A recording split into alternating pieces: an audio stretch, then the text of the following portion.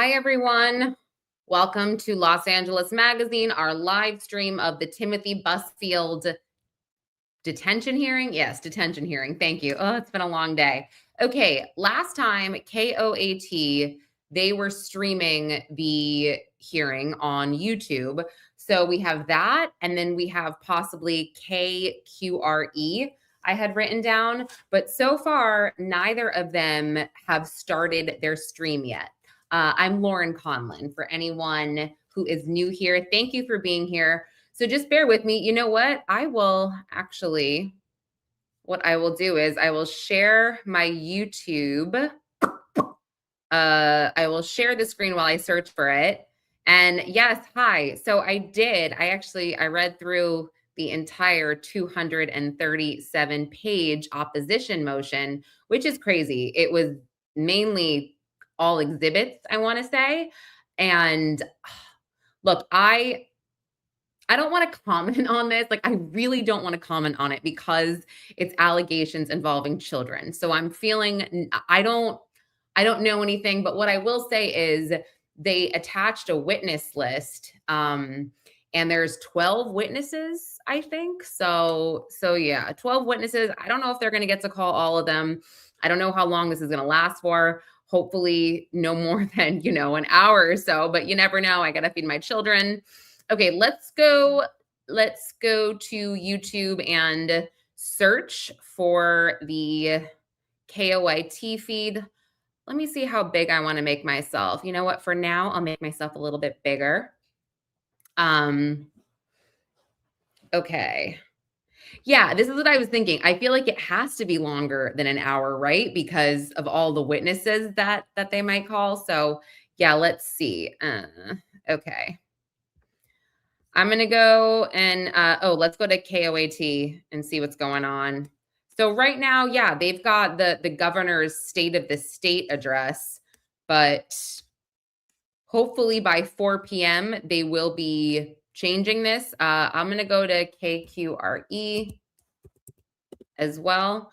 And also I pulled the filing from the state, which did say that there will be pool cameras streaming.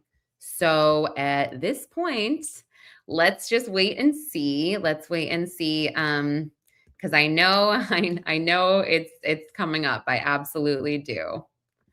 All right. If anybody did not, I'm gonna drop this link in the comments, my latest article about his opposition motion. I actually linked out, I made a Google Drive of the entire thing. You can see all 237 pages, the exhibits. You can see his polygraph results. You can see the letters of support, the full letter from his wife. There's a lot in there. Okay. Here we go. Oh, wait, gosh, I have so many articles about him. All right, here's the most recent where I link out.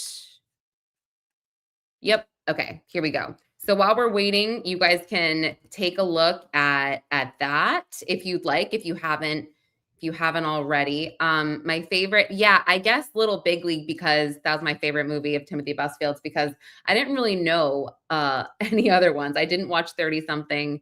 That wasn't really my thing. All right, let me see.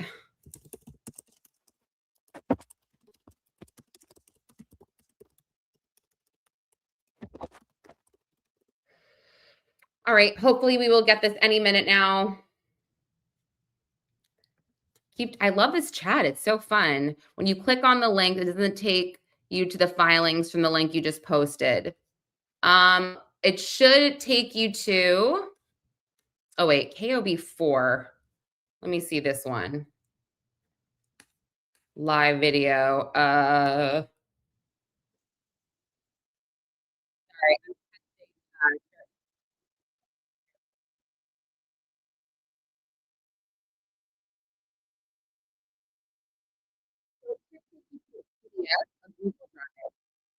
It takes you to a, state of the address. Okay, let's see what else. In that article, it'll take you to the response. All right, let me see another one.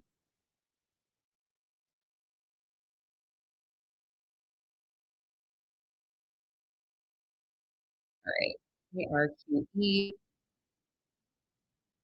I feel like they're just gonna do this later or something because all of these channels they stream these. So maybe it'll just be late. Maybe we should just keep it on there until then.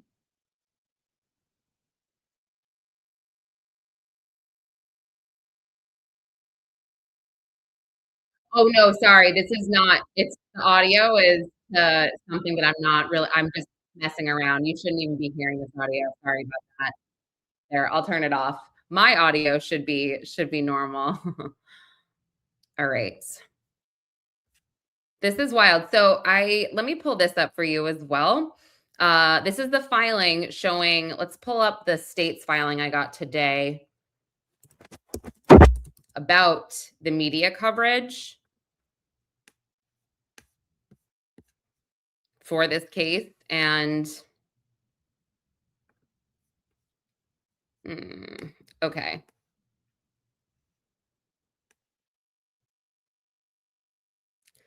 Here it is. Sorry. I'll share this instead. If you guys can all see, I'll make it a little bigger. Yeah, my bad. The sound was not meant to be, it was not meant to be for this. Yeah, so wait, Lisa, do you see it? Do you see it streamed on another channel? Because I cannot find it.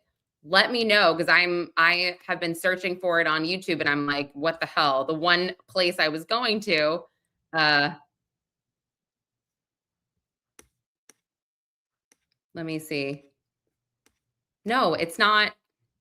I am not showing it, but let me know, Lisa. Oh, yeah. Thank you so much. That could be it if the judge has other cases. Does he? I'm gonna text Joel.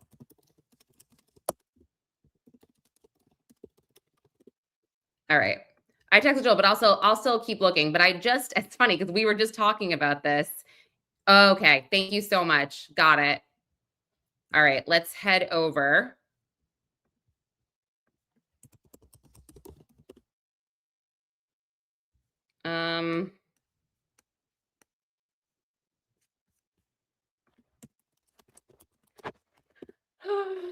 Here we go. I am not seeing that as a live stream. News Nation has a live stream. I don't think that. Oh, they just haven't. Yeah, they haven't started yet. Okay. US News Nation. Okay, so then since it hasn't started yet, let me go through where this basically says some of the media stipulations of having cameras inside the courtroom. So basically it says, I'll go down here where it says media and video is authorized. You have to submit your request to the Second Judicial District Court Office of Court Admissions, blah, blah, blah. It basically says you can't interview lawyers or defendants inside the courtroom. It's totally standard, nothing crazy. Yeah, you just have to get approved. But either way, going through all of this, again, it's standard and it just shows that, yes, this will be streamed. I think it's just starting late. So you get me for a few more minutes. I just want to make sure I have it pulled up, though. It's annoying me that nothing is playing yet. It is freezing, by the way, in New York City. I cannot even tell you. I I read an article. It said it was going to be Alaska-like temperatures this week. They're not kidding. They're definitely not kidding. And I'm from New Hampshire. I'm not a wuss when it comes to weather. But I mean, I don't enjoy the cold weather. But yeah, I'm not a wuss. So, all right. Yeah, so far it's just local New Mexico news, and then News Nation is doing Minnesota ICE stuff. I'm really getting fatigued of Minnesota and ICE. I don't know about you guys, and I don't mean to make light of any situations or anything like that. I'm not. I'm fatigued. Wait. Okay. Wait, so where do you see? Let me see where it started. Then I'll go back to KOAT. Or someone just messing with me by saying that? Because I'm still there and I still don't see it.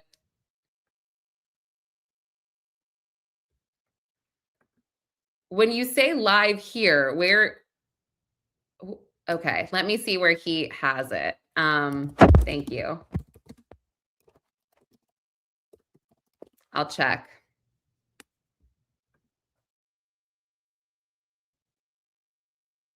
Oh, it is. Where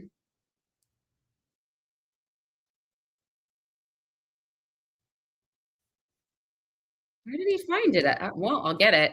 Let's pull up Joel's while I. Oh, thank you so much. Got it.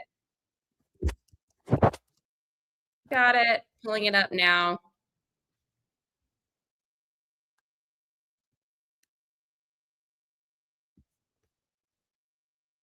Thanks so much. Wow, this is so weird. I'm gonna make it bigger, guys.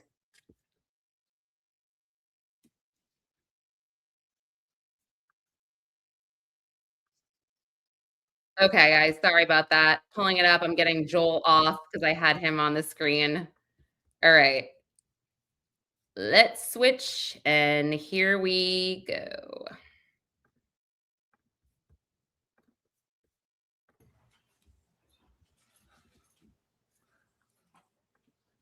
I'll make it bigger, sorry.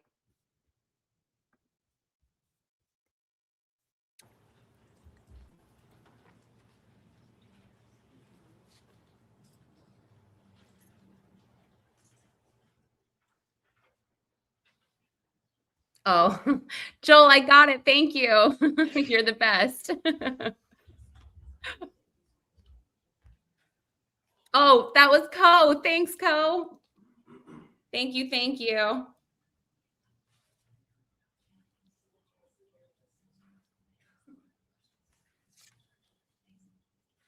Oh, Gilbert.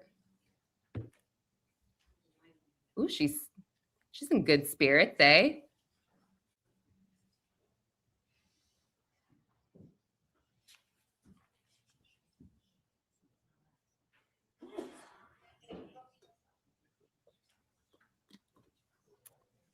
Wait, who's I feel like she looks familiar. Dizzy, who is that lady? The blonde lady with Melissa Gilbert. Why does she look familiar? Okay, so one thing I want to say here before it gets started is I don't I don't know if he's going to get released or not. And I say that because his lawyers worked obviously really hard on this motion, getting all of this quote unquote evidence together, letters of All rise. okay, just kidding. District Court is now in session. The Honorable David Murphy is now presiding. Thanks, you guys can all be seated.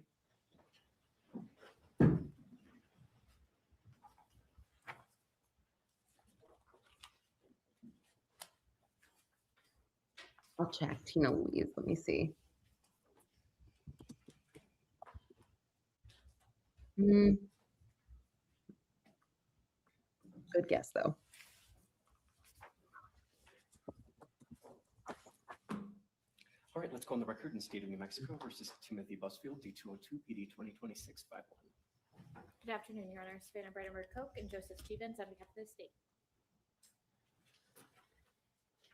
Good afternoon, Your Honor. Christopher Dodd and Amber Fairberg on behalf of Timothy Busfield. Okay, thank you all. All right, so parties, we're here today on the state's motion for pretrial detention. Prior to the hearing, I received the state's 6 exhibits and the defendant's A through BE. 28 exhibits. Something like that, Your The court is going to enter in the background history report and the public safety assessment as courts exhibits 1 and 2, but I think those are already reflected in what you guys have submitted. So those all being admitted, each side will have 1 hour for its presentation, and we'll start with the state, Ms. Brandenburg-Koch. Thank you, Judge. Is it okay if I come up to the podium? Of course.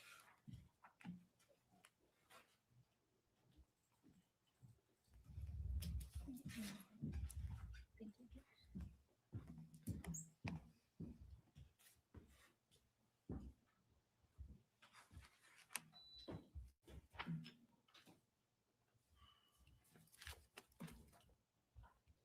Thank you, Your Honor. The state is requesting that this court find the defendant dangerous and that there are no conditions of release that this court can impose to secure the safety of this community. As the court noted, I did send exhibits. Defense has a copy of those as well. The state's exhibits are focused on what Rule 5409 actually requires. Pretrial detention is not a credibility trial. It's not a civil damages dispute, nor is it the studio's internal investigation, which is at best minimal and insufficient. It's whether the defendant is dangerous and if the court can impose conditions to secure the safety of the community. Thank you. And that's what the state will be focusing on. As I go through the state's exhibits, I will address some of the defendant's exhibits as well. I know the court gave the state an hour, so I would like to reserve some time for rebuttal as well. So the state's first exhibit is just the printout of Odyssey of the defendant's history here in New Mexico, which the state shows that there is none besides the underlying charges here.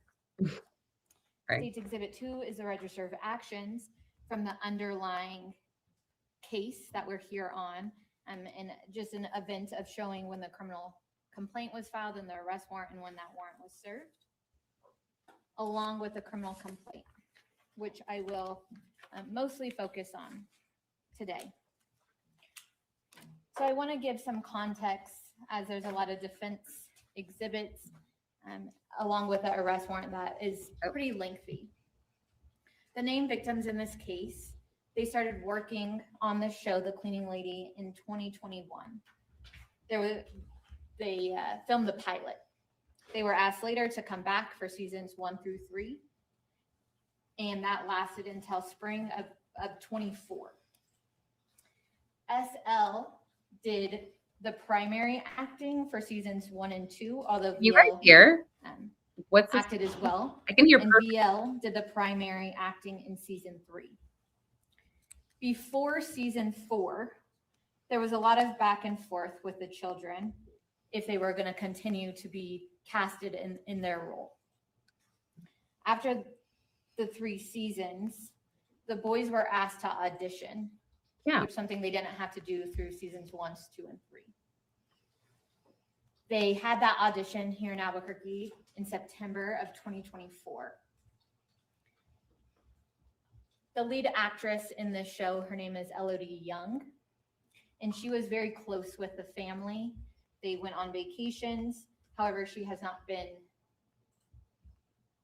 compliant with this investigation. Ooh. At that time of the audition, Miss Young asked the mother of the parents to come to that audition and leave her husband at home. They arrived. VL was taken in a back room to do this audition, and then they left after the audition. Later, they found out that VL or SL was not going to be casted for the role that they've been in for the first 3 seasons. And only VL auditioned that day. Which,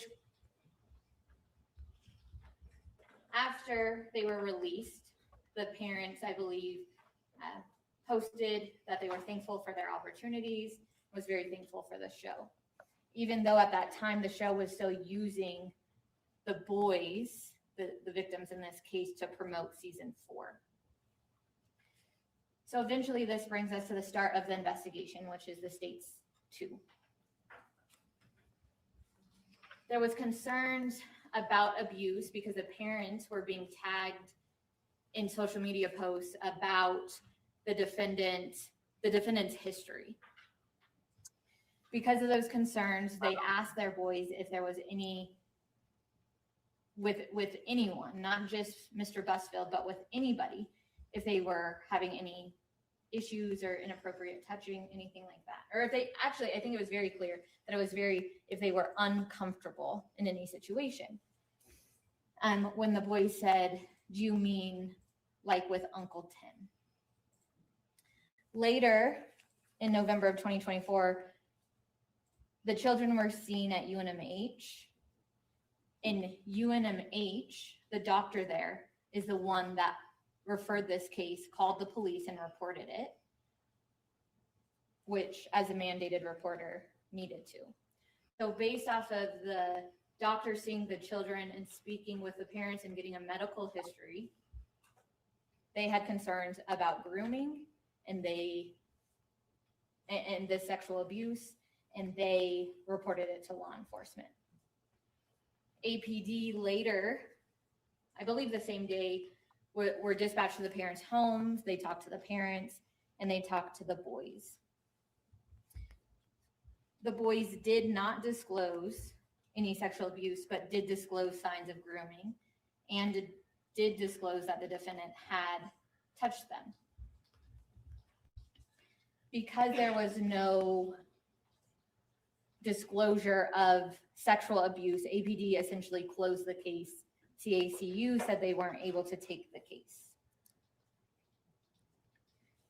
During this time, after the doctor visit, I believe in November 2024, the kids then started therapy.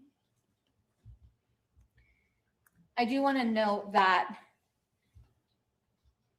in child abuse cases, I know the court is aware of this, is very typical that, well, one, officers are not supposed to speak with children, right? Because of the power dynamic. And they want to make sure they're getting a reliable disclosure. So it's not uncommon that the kids did not disclose at that time or were ready to disclose at that time to a police officer that showed up at their house.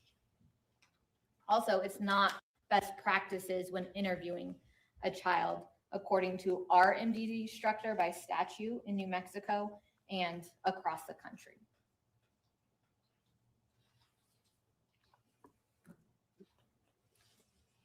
Later, in February of 25, February 17th and 18th, there was a referral made to the SAG hotline about the boy that took over the role that the twins played. And that referral essentially said that a person saw the defendant kiss the boy while he was getting a haircut, that the defendant was intoxicated, and he had been drinking in his trailer as well. The next day, there was another referral made to the SAG hotline about how the defendant was alone with BL during this audition back in September. It's my understanding that the parents of the victims in this case did not make any of those referrals. Because of the liability and now these referrals, Warner Brothers did their own investigation and hired, and I believe outside counsel, Ms. Govern, to conduct this investigation. I know that is part of defense's exhibits. However, if you actually read those, the first one that was done in February, I believe it concluded in March, beginning of March. I did read them. Thank you. Long weekends. They didn't interview any of the necessary witnesses to what was actually reported, which I think shows you the reliability of the investigation as well. After that investigation was concluded and there was a report, it's my understanding that Warner Brothers or this outside counsel was calling the parents of the twin boys. They went to talk to a civil attorney on how to address any communications, and I believe their attorney sent some concerns or a letter, I'm not too sure exactly, but sent some information about the boys. That's the second report that, as you see, is not done till September of 2025. In that report, there are concerns of sexual abuse, and nobody, the independent attorney nor Warner Brothers, ever just reported this abuse. As we know, in New Mexico, it's mandated that everybody, not just teachers, doctors, are mandated reporters, but everybody is. And so it is concerning that an investigator who is still investigating, even though they didn't talk to the kids or anyone relevant to that information, they still didn't report any abuse despite this letter. And they found, in both findings, they found that there was no wrongdoing, essentially, even though their investigation was pretty minimal and the witnesses needed weren't ever interviewed.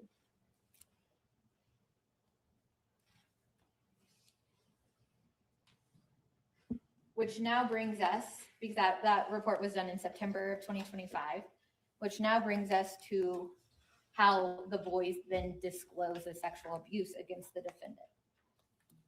It was during therapy, not the parents, to a neutral party, that SL described sexual abuse by the defendant, and VL disclosed inappropriate touching.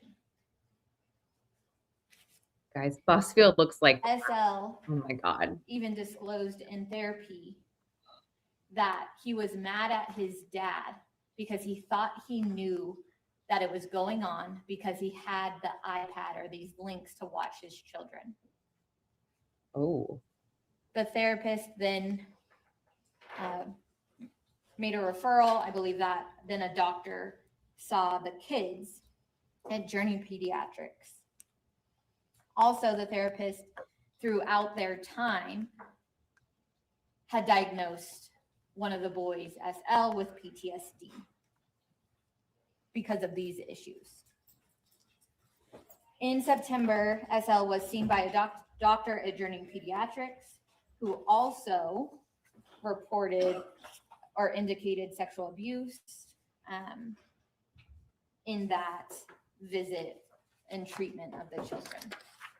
I also want to make something clear that the doctor at Journey Pediatrics in September of 2025 was the one who reported the concerns to CYFD. The mother did not call CYFD. It was the doctor. I know that the court is aware of this. However, it is the norm in child sexual abuse cases that kids delay disclose, and for many reasons that are also present here in this case. About 80% of children delay disclose. That's not only known nationally and supported by literature, but also in my experience prosecuting these cases. So it is not abnormal, but the norm on how the kids reported. It's also very normal that kids give a little bit at a time to test the waters to see what happens. As reported in their forensic interview, they talked about being scared. They talked about people being mean to them. And so that also shows why a delayed disclosure is typically made and supported by the literature. Guys, drop your comments. I want to hear what you think of this. I have a lot of thoughts. In October of 2025, October 31st of 2025, after this investigation started again with the detective on this case, during those safe house interviews, again, to a neutral third party, the boys disclosed the abuse. I also want to make this clear that the boys never said that the abuse happened when they were alone with the defendant.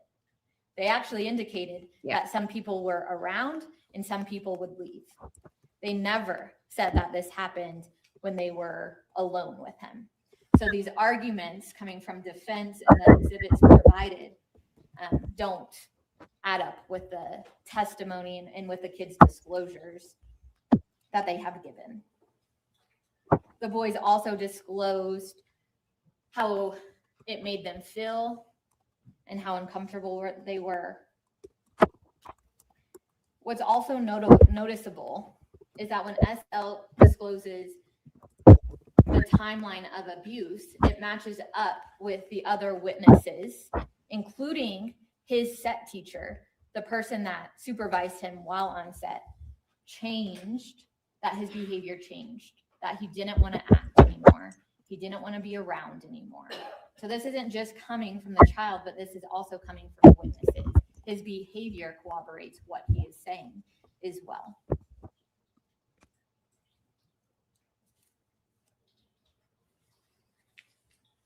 I'm writing notes in the What comments. is also important and throughout this investigation I don't interrupt. is what the defendant told police. He stated that he would tickle and pick up the boys, even though he knew that with Warner Brothers, they weren't allowed to be alone or touching. But then later, he contradicts himself and says that he doesn't really even remember the boys, after he's already said he did tickle the boys, and it's highly likely that he did touch them, not sexually, but touch them by tickling them in all of the other grooming aspects that the kids disclose. So his own statement contradicts the letters really provided on defense's behalf. Something notable also is the defendant says that the victim's father very much encouraged the behavior to hug Mr. Busfield, and he felt uncomfortable, but he never told the dad to stop, that it's not, that we don't hug children, that we don't touch children. He never told that. He never said that.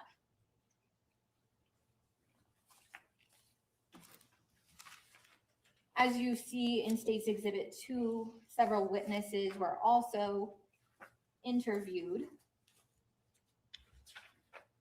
Lauren Trujillo and Taylor Trujillo, that also discussed that the kids weren't always supervised. And even the set teacher, Lee Lewin, she also said that she was in the main room where there wasn't cameras, but that she confirmed the iPads and confirmed there was a lot of people around, but that people lose track. There's a lot going on in these sets.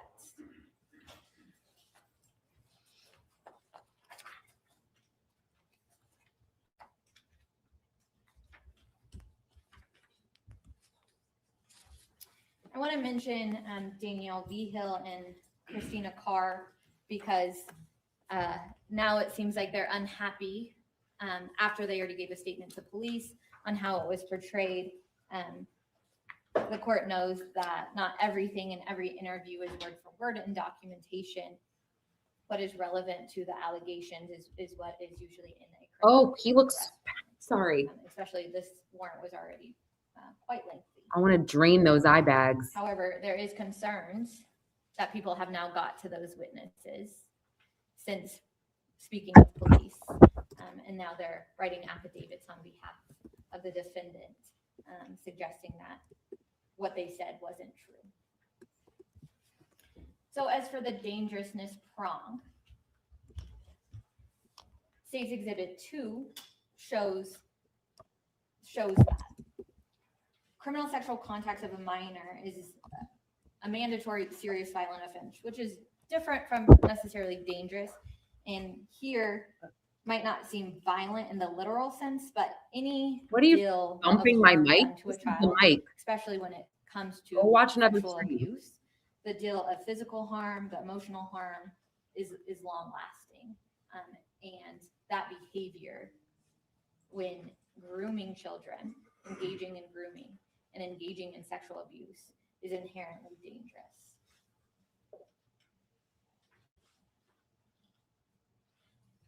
The state does have other arguments to make on dangerousness when it comes to the defendant's history.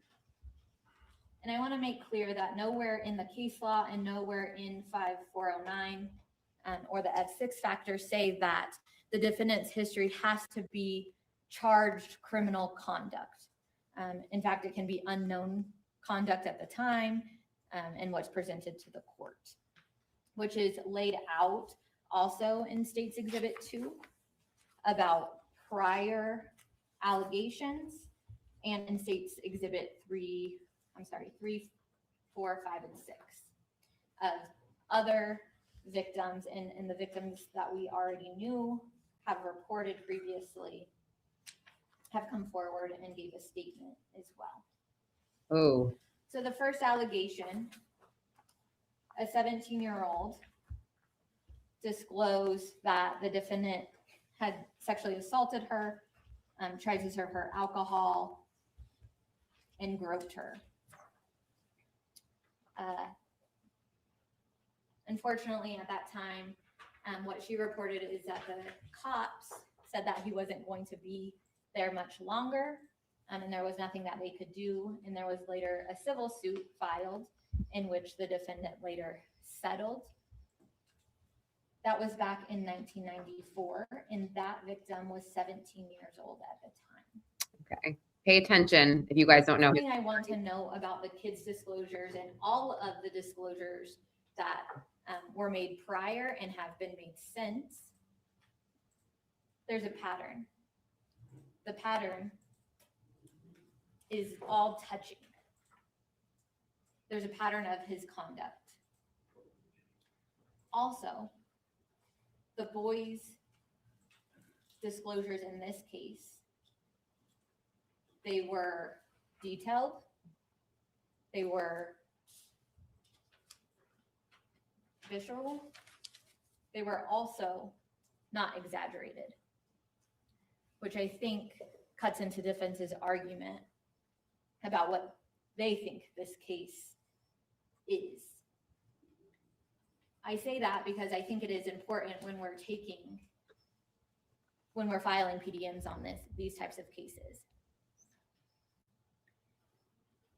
If defense wants this court to believe that this is all about money,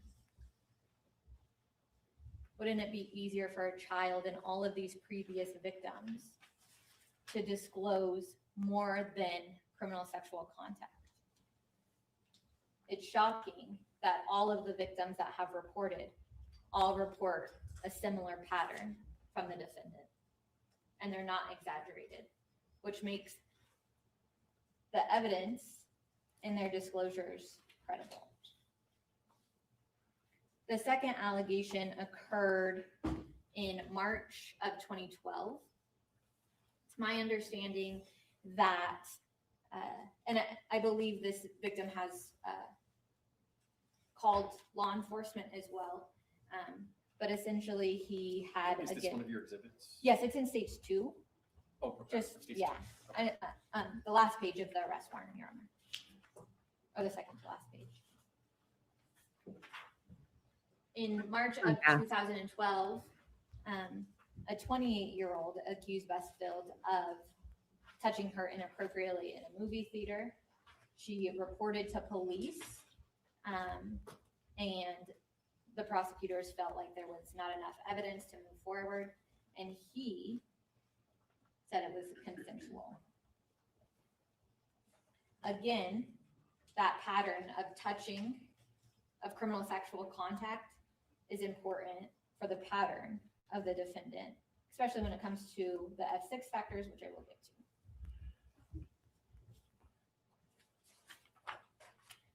With the reports, even from the 2 victims I just spoke about, also shows that the defendant is dangerous, along with State's Exhibit 3, 4, 5, and 6. Rachel Wright was that victim, the 17-year-old victim. That's what State's Exhibit 3 is. I think what's also notable is that she felt, and you can see this on the second page of State's Exhibit 3, is that she felt like he was manipulating her throughout the process as well. Karen, I know. State's Exhibit 4. You know. I can't get over it. These victims reported soon after, but this had happened a long time ago. The victim in this case, and I believe this has been reported to APD, but I think has been reported to Sacramento PD as well. Yes, Becky. That victim was 16 years old at the time. She was working at B Street Theater, a theater in Sacramento that the defendant and his brother started.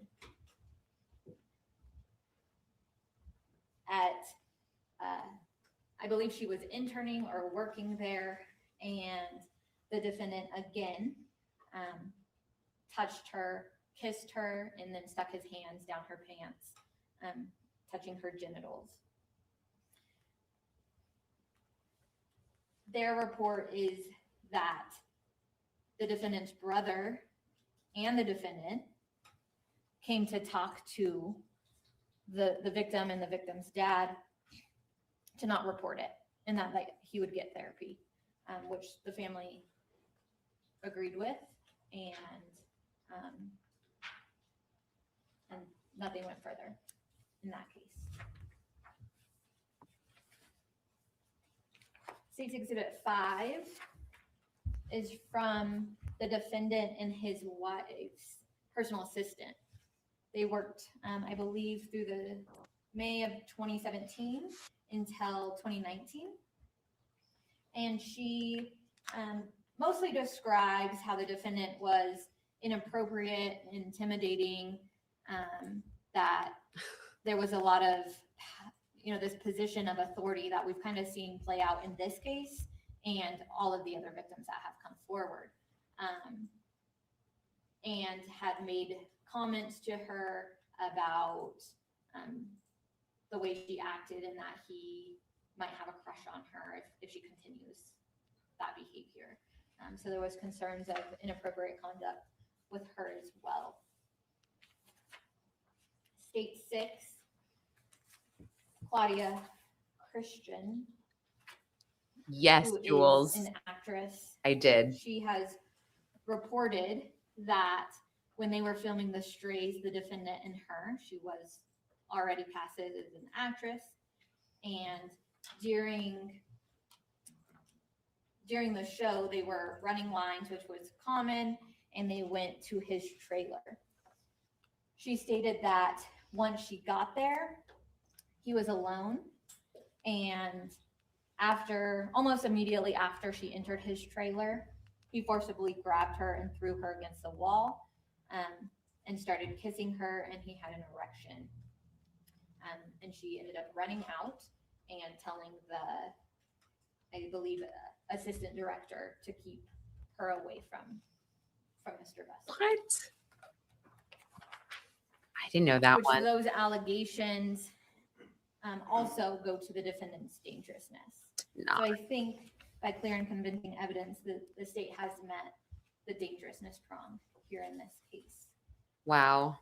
Not only because that people are coming forward and reporting this, but the way they're reporting, how the pattern is consistent, and the power that the defendant has had over all of these victims, and the position that he's played that role in. I didn't know the last one. When it comes to conditions of release, the court focuses on the F6 factors. The first factor, the nature and circumstances of the offense charged, and whether that offense is a crime of violence, which the state has gone through, and argues that we have met that, the nature and circumstances of the offense charged, and that this is a crime of violence. The weight of evidence against defense. It's still the state's position that the evidence is strong. The boys' allegations are supported by medical findings and by their therapist. And again, their accounts were specific and not exaggerated. I want to touch on this a little bit more due to defense's filings.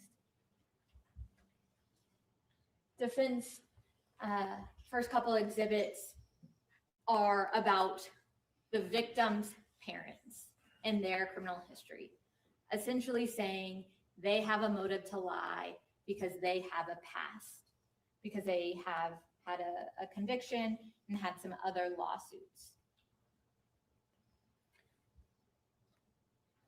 The parents aren't the victims in this case. The parents are not the ones making these allegations. The kids didn't even disclose to their parents. They disclosed to a neutral third party, two of them, their therapist and a doctor. To believe, well, first, during criminal proceedings, there is no money attached. They don't get money at the end of this process. For a victim to go through this is not an easy process at all. Defense makes allegations about how much the kids were acting, which is, they're quite a bit off, but yes, they were making money for working. And what makes more sense is because they weren't with Mr. Busfield anymore, is to continue to get acting jobs if they were about money. Not to come through the criminal justice system, because it's not guaranteed. Neither is a civil case, and there's no civil case that has been filed by the parents at this time. I think that argument doesn't make a whole lot of sense when looking at the facts and what we're here on today. We're here about what the kids are disclosing, what the crime charged is, and if there's conditions that the court can set, not about the parent's history. And essentially what they're saying is that anybody that has a criminal history can never be a victim because they're going to lie. But this isn't about the parent's history. This is about the defendant and the defendant's history and why he won't comply with conditions of release.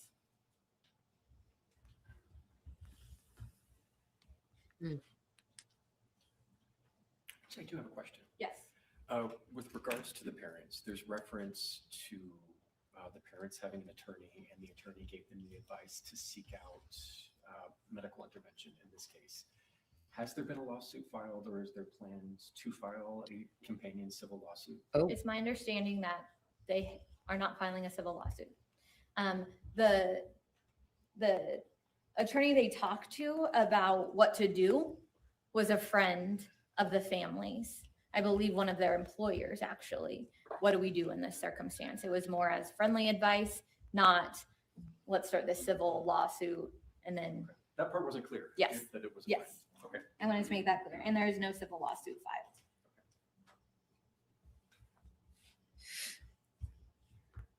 I guess that's good for the. Sorry, Judge, I'm just getting back to my notes.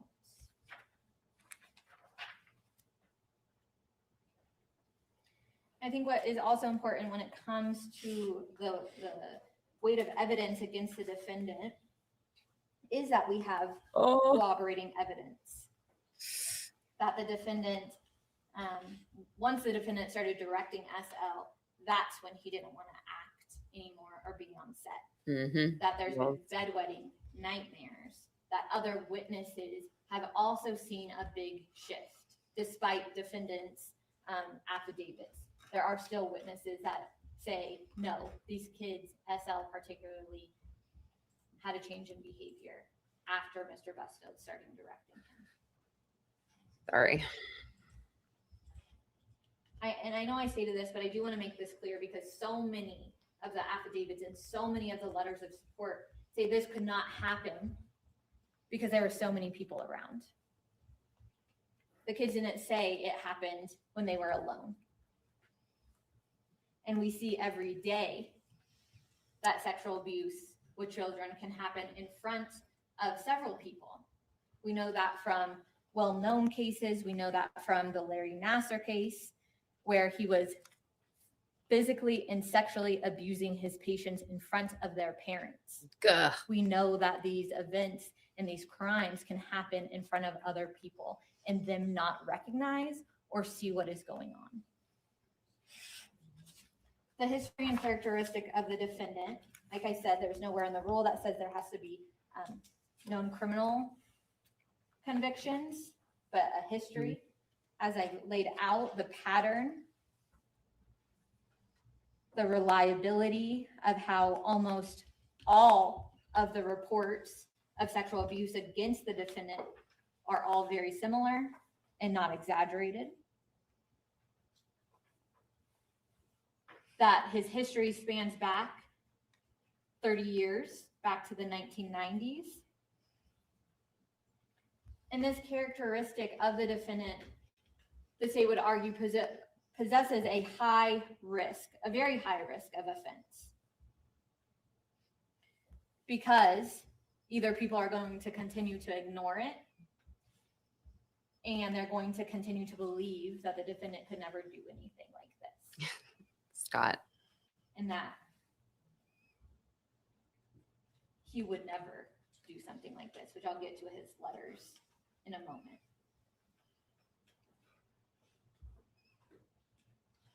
I think what's also important to note is the defendant's testing that he did, this ABLE testing. Yeah. When it really comes to risk assessment of offenders, which that testing really has nothing to do with risk assessment, which would be more appropriate for this hearing when the court's considering conditions of release, really has to do with if he's at risk. He's already been named in a lawsuit early on back in the 90s, and the behavior hasn't stopped.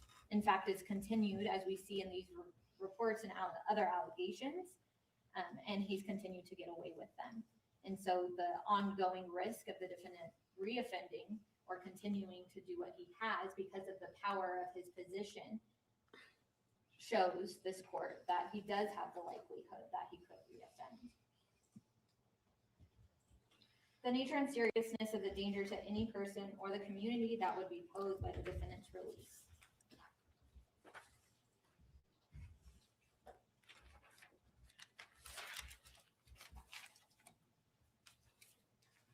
Pursuant to State versus Begay, I have the case if the court wants it, but I'm sure the court is familiar with it. The court must determine if the risk of releasing the defendant is one the court is willing to take in light of everything presented. This comes down to a simple question. Is the court confident it can set any conditions of release that, if violated, will be reported or can be monitored? And the answer here is no. When it comes He shook his head a little. This type of case, these types of charges, child sexual abuse, there's no way the court can set conditions to make sure the defendant won't be around children, won't continue to engage in this behavior, continue to have witnesses provide new affidavits in lieu of what they've already told police, and a lot of other concerns, even a flight risk as well, and his compliance. Okay. I want to note the defendant's 87 letters of support. So many. I think this is important when the court is considering conditions of release. Because how is a court knowing that there's, at the very least, 87 people supporting the defendant, and in these letters, all saying, I knew he would never do this. He could never do this, and he would comply with conditions. And I would allow my own children to be with him. How can the court set conditions knowing that all of these people blindly trust the defendant's word and not knowing any of the evidence that he's actually going to comply? It's only because of their relationship. And that's the concern here in child sexual abuse cases. We do have a great pretrial service division here in this courthouse, but they can't monitor these charges, the concerns for this court, the concerns that 87 people already have made their minds up that the defendant didn't do this and would never violate conditions of release. That shows you that so many. Oh, sorry. Oh.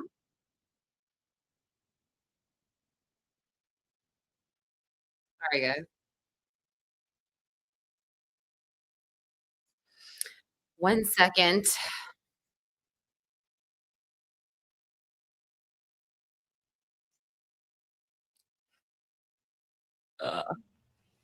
Argument that he has all of this support. That's great. People should have support. But I Sorry. also think it shows the power that the defendant has over the community. This position that they blindly believe him and that they won't report any violations to this court.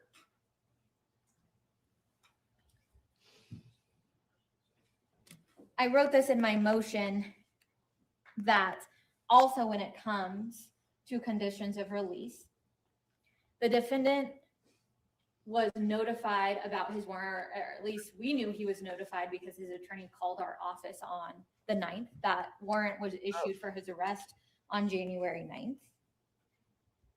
Okay. Mr. Dodd called Miss Lyon asking her to cancel the warrant and that they wanted to avoid the extradition process. Oh, So he could get here sooner and deal with what's in front of him. Miss Lyon told Mr. Dodd, we are not canceling the warrant, despite the email that they provided to this court saying we never responded. We had already responded prior to that email, that we weren't canceling the warrant and he can get here however he can. What's important when it comes to conditions of release is how he acted during these 5 days before he turned himself in. The state isn't concerned about the statement he made. What the state is concerned about is that, again, the defendant is using his control in deciding when he wants to comply with an order. totally. That order did not say, sure, turn yourself in 5 days. That order was for him to be arrested and him to come deal with these charges. Instead, he drove 2,000 miles, as he stated in his statement to TMZ. He got a polygraph. I believe, at least from the report, it said it was done on the 16th, the same day he turned himself in, and that he did this ABLE testing, which I believe was the day prior. I'm not saying that defendants don't have a right to fight their case. They do, and they very much should. But what that shows, that behavior, that conduct, that shows this court is that the defendant is only going to comply when he wants to, when he's ready to, when it's most comfortable for him. That's what the defendant has already showed this court. Not that he's going to comply immediately with these conditions that the court could set. Further, this court cannot have pretrial do house calls. They cannot confirm that he is not around children. GPS is not going to tell this court if he is around children or talking to witnesses. Oh. Or anything that the underlying facts of this case is the concern of. This is not a drug case where pretrial services can test them to make sure they're still not using substances. What pretrial services can do is nothing that satisfies the safety of the community.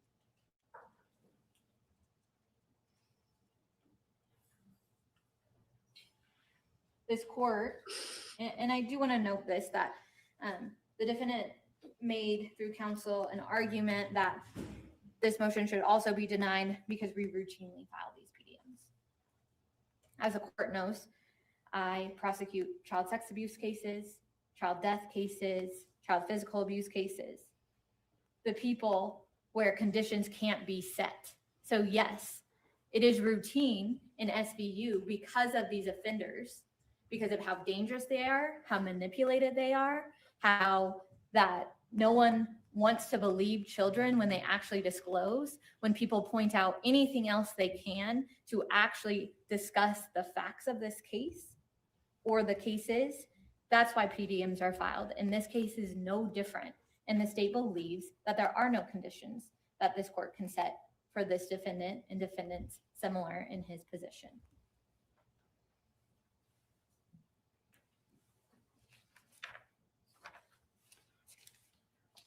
I think I've addressed F6E, the factors to indicate if he may or may not commit new crimes.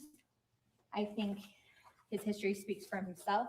I think his position and how he wants to control the narrative and how to comply also shows how he will perform on conditions of release, or if there is a likelihood he could commit new crimes. He's sleeping with one eye open. The last factor If at all. is if a PDM has ever been filed before. Oh, He is, there's no other cases here in New Mexico. A PDM is not, and so that factor should weigh neutrally. Briefly, I do want to just discuss the able. Can you tell me the time? Yeah, you've got 15 minutes left. she's When it 15 minutes comes left. to the able and the polygraph Jeez. that defense has provided.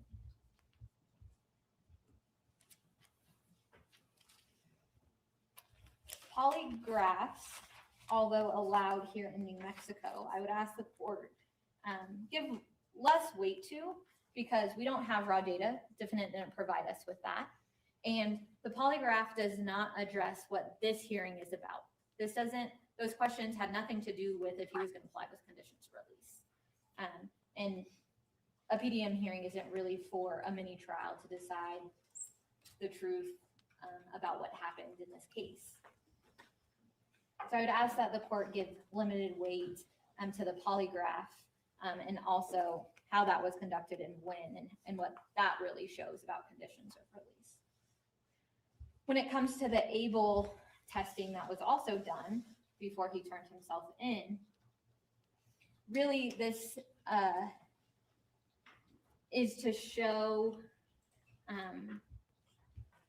it does not show anything about their risk. It shows if they are sexually interested in a certain type. And essentially they're looking at a computer screen of photos. It's very subjective. It depends on the questionnaire that was presented before, which the state does not have. And it's also, there's a lot of debate about the reliability of the ABLE testing. And again, it doesn't address any conditions of release. Here in this case, it's really a risk factor to sex offenders. And if he's claiming he's not a sex offender, I'm unsure why an ABLE testing has anything to do with this, even to show that he is not attracted to minors. Mm. I think what is important here is not necessarily Thanks. about what the ABLE test provides, but that the defendant had an opportunity to do these things. She It did. doesn't matter who he's attracted to. We know that all different types of sex offenders prey on different demographics of people. It doesn't have to be children. They do not have to be a pedophile for this to happen. It's the opportunity that the defendant had and has had over these last 30 years, and with the time that he had with these victims in this case.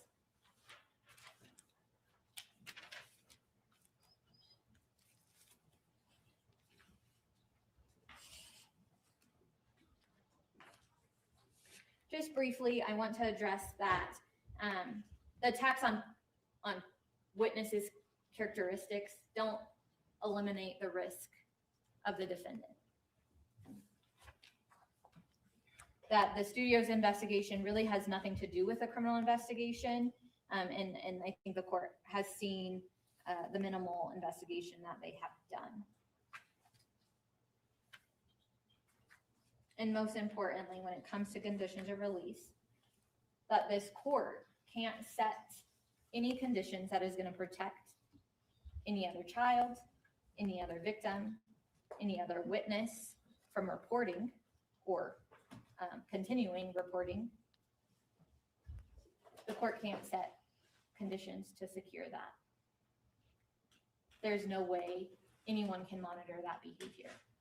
And what we know is the defendant has a history, and that's what the court should consider, is the facts, not all the speculation that the defense has provided for their argument that has nothing to do with conditions of release. Thank you, Your Honor. I'll save my last couple minutes for rebuttal. You'll have to. Thank you, Mr. Amber.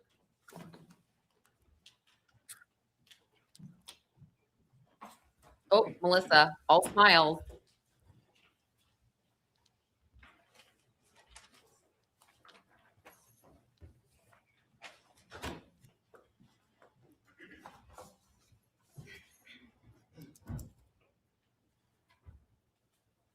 Thank you, Your Honor.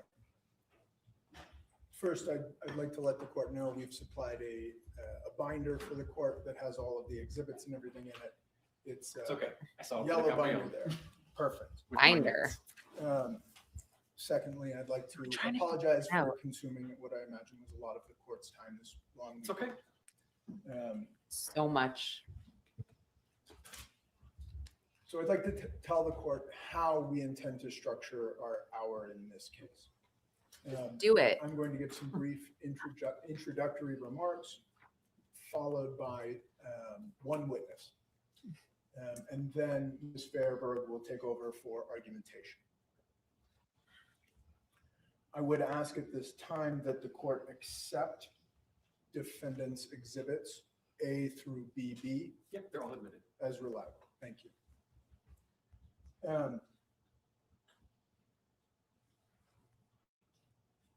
Ms. Brandenburg just referred to this mountain of evidence that the court has before it as speculative. This is not speculative. What the court has before it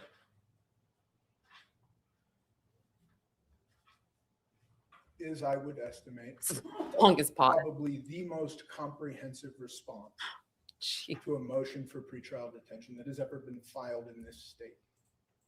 And it was amassed Right. in 7 days. 7 days. And that's the evidence that we were able to put together.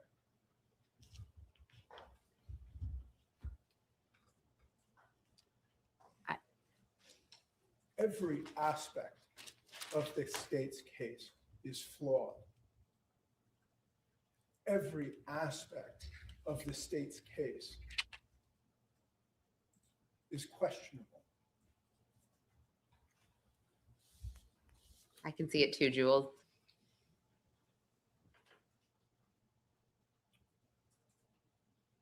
I don't need to tell the court this, but my client is presumed innocent. As he sits here today, he is an innocent man. And I have significant concerns about the prosecution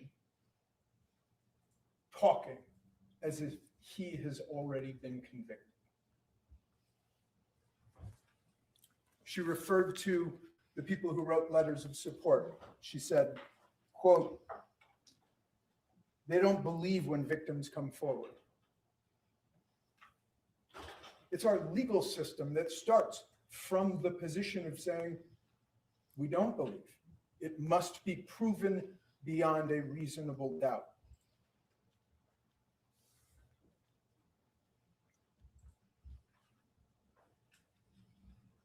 The question before the court today is the court going to hold Mr. Busfield in custody pending the trial in this matter, if we ever get that far? There has not yet been an indictment. We have not received a target notice. Oh, it's going to grand jury, right? Yes, Your Honor. Okay. We have not received a target notice. Do you guys have a date? Oh, he said it's going to the grand jury. But if the court wants it, I'd ask for it to be in private. Okay. In New Mexico, sometimes it's pretrial or preliminary hearing. I'm sorry, preliminary hearing, but she said grand jury. The state's arguments are based on a fallacy. Their fallacy is heads we win, tails you lose. You don't bring any evidence to pretrial detention hearings, you're dangerous. We're going to detain you. You bring a bunch of evidence. That's how powerful he is. Mhm. That's how terrible he is. We detain him. That's their argument here today. I want to compare the state's presentation Right. of evidence with the defense presentation of evidence. 6 exhibits. 6 exhibits. That's what the state has brought. They've brought Odyssey printouts, and then really the meat of their case is a criminal complaint and several police reports, all authored by the same person, Detective Brown, the person who was in charge of this investigation. And as we make clear in our papers, there are significant concerns about what Mr. Brown, or Detective Brown, includes in his reports and doesn't include. He looks so bad. Ms. Brandenburg, during argument, stated that, oh, well, only what's relevant goes into the criminal complaint. And Ms. Fairberg is going to play this for the court later, but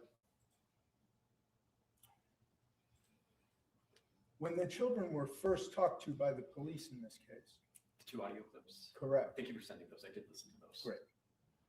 As the court is well aware then, it wasn't simply that the children did not disclose sexual abuse.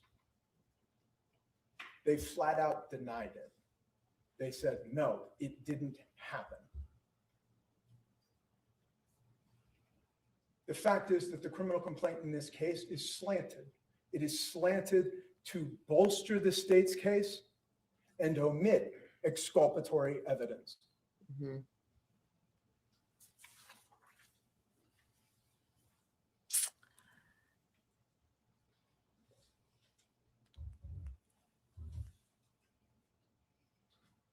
The evidence that we brought to court, the evidence favoring Mr. Busfield, cannot be used in the way the state is claiming. Oh, somehow. Sorry, the only thing I want to say super fast is that if you caught this at the beginning, the prosecutor said that the parents saw social media posts of Timothy Busfield's past, and that prompted them to ask their kids if he ever touched them inappropriately.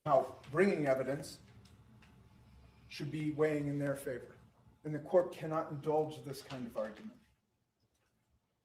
Evidence favoring Mr. Busfield can only be interpreted one way, in his favor. It would turn our justice system upside down to say that if somebody defends themselves, it must mean that they are dangerous. It must mean that we should hold them in custody, because the ultimate result is that every single person would be held.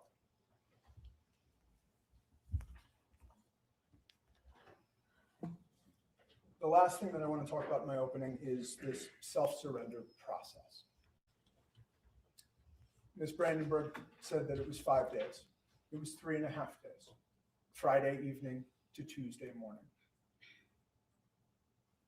All actions that Mr. Busfield took during that time were at my direction to mount a defense. Mm. I tried to negotiate with the district attorney's office. I know. I told them, he's coming here. He'll come here.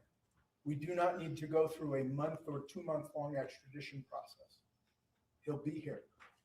And they told me, you can do whatever you want.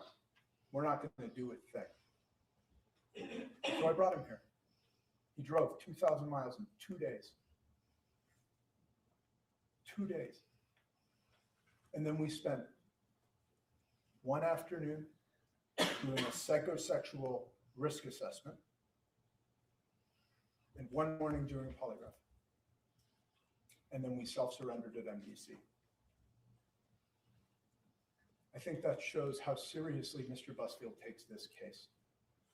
It shows he is ready to fight this case, and he is going to fight this case, and he is going to do it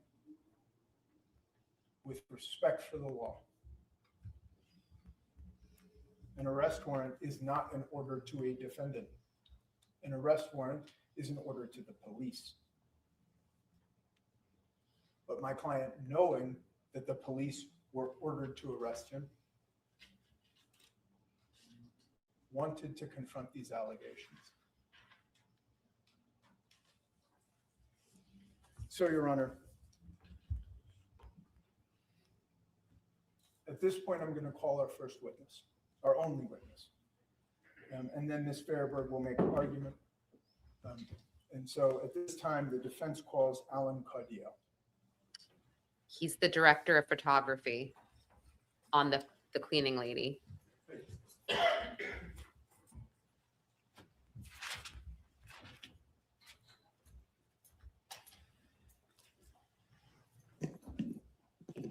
Good afternoon, sir. Sorry. Do you swear to affirm that the testimony you give the truth, the whole truth, nothing but the truth, and the penalty of perjury? I do. Thank you. Please have a seat. Have you testified before? I haven't. Okay. So everything's being recorded in this microphone here. So please just be sure to speak loudly and clearly into that. The I can sit, right? Yep. And the attorneys are going to ask you some questions now. Okay. Okay, Mr. Dodd. Thank you, Your Honor. Could you please state your name for the record? Alan Caudill. And Mr. Caudill, what do you do for a living? I'm a director of photography on movies and television shows. What is a director of photography? Director of photography supervises all the photography for a project, hires crew, and in television shows, guides guest directors through the process of that particular show. And as a director of photography, do you work closely with the director on any given project? Yes. And how long have you worked in the film industry? Over 35 years. How many projects have you worked on? Hundreds of projects. He has some things to say How about many days of filming do you think you've the done? parents or the dad. Thousands. And are you a member of any unions? I am. I'm a member of the International Cinematographers Guild, Local 600, and of the Directors Guild of America, TGA. And have you worked on any projects that I might have heard of? Yeah. Probably the biggest project I worked on was The Hangover. I was one of the directors of photography on The Hangover and Hangover 2. All right. Credible. Now, I want to turn and I want to talk about No. The Cleaning Lady. Did you work on a television show called The Cleaning Lady? I did. And what was your role in The Cleaning Lady? I was the lead director of photography for seasons 1 through 4. Were there more than 4 seasons of The Cleaning Lady? No, it was canceled after the 4th season. So you were the lead director of photography for all 4 seasons. Correct. And as the lead director of photography on The Cleaning Lady, did you interact with Timothy Busfield?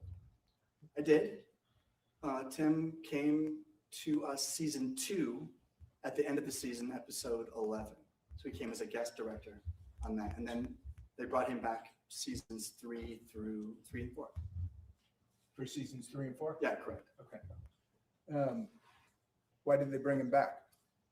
He was well liked by the cast and the crew. Did an excellent job, and they needed somebody to help supervise future directors who were going to be guests to help them do that process for season 3 and 4. So he was a producer director for those last 2 seasons. Okay. Yeah, what does that mean, being a producer director? Part of it is really he's helping to make sure that each guest director comes in, understands the process, and knows the ins and outs of working with the cast, understands the quirks of the crew or locations, and then also he supervises editing and music things and casting to some extent. So he's there to be a guide for the series. So just so I'm clear, Mr. Busfield was involved with The Cleaning Lady for season 2, episode 11, and then all of season 3 and 4. Correct. Yeah, he was directed 1 episode season 2, and then I think 2 episode 3 and 2 episode 4. Okay, so he directed a total of 5 episodes. I believe it's 5. Yeah, I believe it was 5. Now, have you reviewed the criminal complaint in this case? I did read it. I saw it on Deadline. And are you aware of the allegations by, and I want to refer them by their initials. Okay, let's just make sure we do that, okay? Mhm. Are you aware of the allegations by SL in this case? I am, from that complaint. And you know, when I refer to SL, you know who I'm talking about, I correct? do.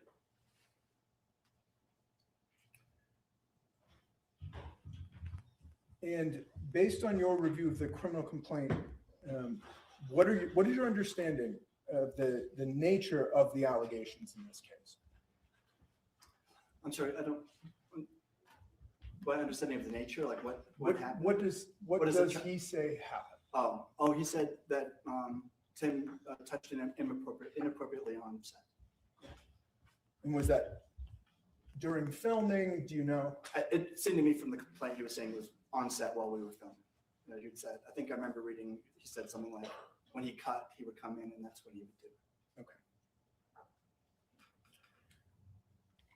Now, as the director of photography, did you work on every episode that Mr. Busfield directed? I did.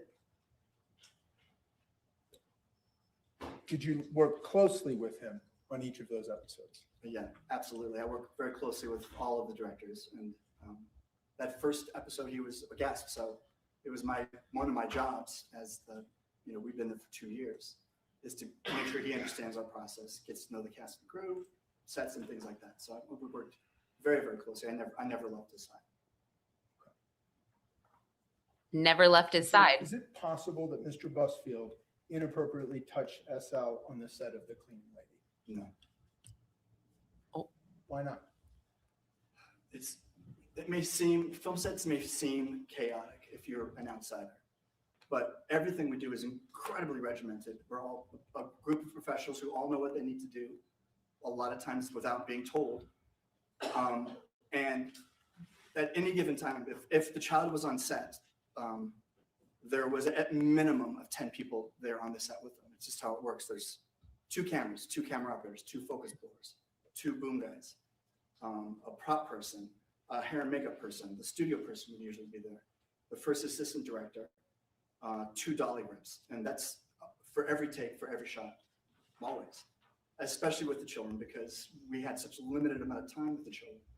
If they were on the set, we would bring them on and start rolling, because once they, the rules are such, if we go over, that's it, we're done. And we have to not shoot the scene and go over and spend a ton of money. So every second of their time was regimented. We often wouldn't even rehearse with the children, especially with these young guys. They weren't the best actors. They were, perfect look for the show, but they weren't the best performers. So we would rehearse with the stand-in, which was an adult.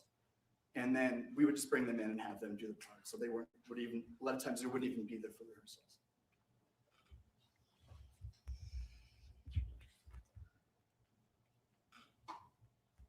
Mhm. I want to shift and talk now about these boys and their parents, okay? During filming of The Cleaning Lady, did you get to know the boys and their parents? Yes.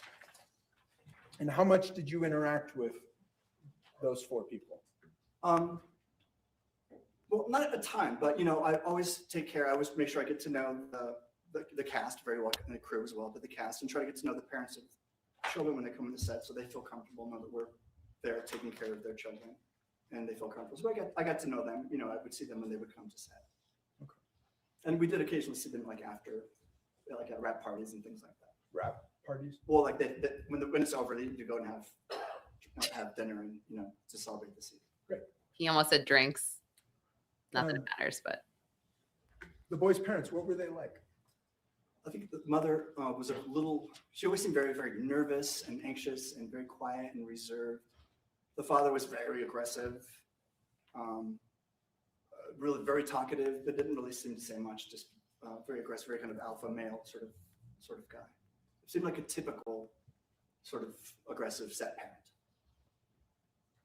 parent. Was there anything that the father did that seemed odd to you? Yeah, yes. He was overly aggressive with me. I feel like he was always trying to be my friend or wanting to, go do things after work or go have drinks or golf or things like that. And it wasn't really that interesting in that.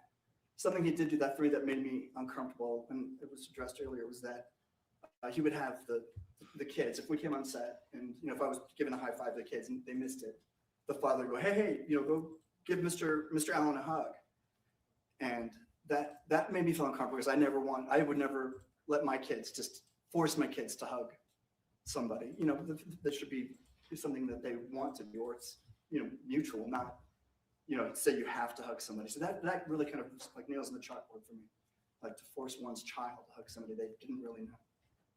Did it seem like the father was trying to force relationships, like between you and the children and things like that? Yeah, I mean, it did. I felt like, he wanted, honestly, I don't think he understood what I did. I'm not, a director of photography is a below the line person. We're not bosses. I'm a boss of my group, the lighting, the grip, and the camera people, but I'm not a decision maker. I don't cast, I don't do things like that. And I think he might have misunderstood what I did, because people would listen to me on set because I'm giving people, put that light there, put that camera there. You mean you seemed important? I seemed important. And I think he thought, okay, then I better Drive a better make sure that he's got a good relationship with that guy. I see. Now, I want to ask you about the kids leaving the show. How did the kids end up leaving? Well, a couple things happened. Well, several things happened. One, because of COVID, our schedule got extended. So when we started the project, when they shot the pilot in 2021, we didn't really even start shooting the series until I think the summer of 22.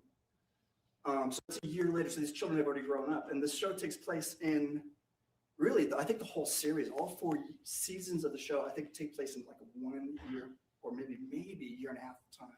It was story-wise, it was compressed. And so because of, of circumstances, we had big writers and actors strike. So we ended up pushing, and the kids kept growing, so, by the time we started really shooting, by the time we got to season 3, they had grown different heights, and their facial structures had changed, right? So they just didn't look like they did at the end even of the prior season. And it became, I think, clear that we needed to make a change. It wasn't my decision, but the studio decided. Okay. And have you heard about how the parents took it when they were informed that the children were not coming back? I did hear. I was not there when that happened, because we had already finished. That happened after we were starting season 4. Okay. Well, prepping season 4, not shooting. And I heard that they took it very badly. That they were very, very upset. Now, I want to ask you just one additional line of questioning. How much pay did the kids get for each episode? I honestly can't say. I'm not, like I said, I'm the working guy, not the producer. Sure. I had heard that it was, like around 50 to 60 grand, something like that. Per episode? Per episode. I think that was between the two. Like combined? Combined, yeah. I'm not a producer. Nobody ever gave me a budget, so I don't know. But that's what you heard. But that's what I heard, and that doesn't seem out of bounds for what that rate is for what actors make. Okay. And how many episodes were there in season 1? Season 1 was 10 episodes. And how many episodes were there in seasons 2 and 3? I believe those were 12 episodes. Each, yeah. So 34 episodes? Correct. Yeah, correct. So over the course of those 3 seasons, we're talking millions of dollars. Okay. Yeah, not my strongest, but yeah, that's like $1.5 million, something like that. I don't think math is your strong suit. It is not I'm sorry, it's not. Now, Mr. Codillo, do you have any idea how much of that money would have to actually be set aside for the children? I do actually. My son was in a commercial, a nationwide commercial when he was 5 years old. I was shooting the commercial, and so then I was able to get him in, which is great. But it was a significant amount of money. It was a Super Bowl commercial. And so I was told we had to start a thing called a Coogan account, which is, that you create a fund that isolates the money from the parents. So when the kid turns 18, they get that money. And interestingly, I thought it's 15%, but 15% is what they need to Put aside. Yeah, but I actually thought it was the opposite, and I put 85% in the Coogan, thinking, because it was shocking to me that parents can take 85% of their child's income, which is shocking, right? So it was so absurd to me. I put 85 in and not 15. And so the parents get to keep if they choose 85% of the money that Yeah. the children make. It's considered income, but yeah, they can spend it as a loan. There's no rule against it. If I could have one moment, Your Honor. I That's don't, all I have. What- Ms. Brandenburg-Cope, do you have any questions for Mr. Cardillo? sorry, I didn't think the last, It's called Caudio, D as in Denver, ILLO. Thank you. could have stopped questioning after question 5. Like, It's my understanding that you wrote an affidavit, I did. and when did you write that? I believe it was the 13th Of January? of January, yeah. I believe. I'm sorry, I don't have a copy of it, and I'm not great with dates either. That's okay. I'm not working, so, every day is just today. That's okay. If you need a copy, I have one if you need to see it. So you stated, and in your affidavit, that you were with Mr. Busfield 100% of the time. On Wait, set, yes. On set. So did you see him tickling and picking up the boys? I never saw him tickling or picking up the boys. You know that he did say he did tickle the boys. I and think got it was them in ready. the complaint, but yeah, but I never saw him tickling or picking up the boys. Also, you, in That your you- affidavit and just now, you stated that the dad of the victims, Mhm. and you had some concerns about him, Yeah, he just felt weird to me. He was kind of creepy, to be honest with you. and that you didn't like that he had his boys hug you. He had his boys hug everybody. And so I just thought that, again, that this is just my personal belief about how I raise my children, which is that I wouldn't force my children to do something. Okay. That could be, it's just weird. So So did you continue to hug the boys when they? I actually rarely hug the boys. I would always I would do a high five. he or, on you know, trial just do now. like the very, as simple as I could. Again, he's a parent. He gets to choose how he raises his children. I am uncomfortable with that. Did you tell him that you had concerns, saying, I don't want to hug your boys? Again, he's their parent, and I trust that he's doing what he feels like is the best he could do. I have concern with that. Right, but for you, since you didn't want them hugging you, you never told their father. No, to- I didn't say I didn't want them hugging me. I just said, I'm concerned that a parent would force a child to hug a stranger. Like the child would say, hey, go hug that person. But I like kids. I like to hug kids. And, I'm not saying I love my kids and I love these little boys. And I wanted them to be happy and healthy, right? So I'm just saying, for me, that was a concern for me as I looked at the father. did you ever have discussions about that with anyone else on set? No, mm,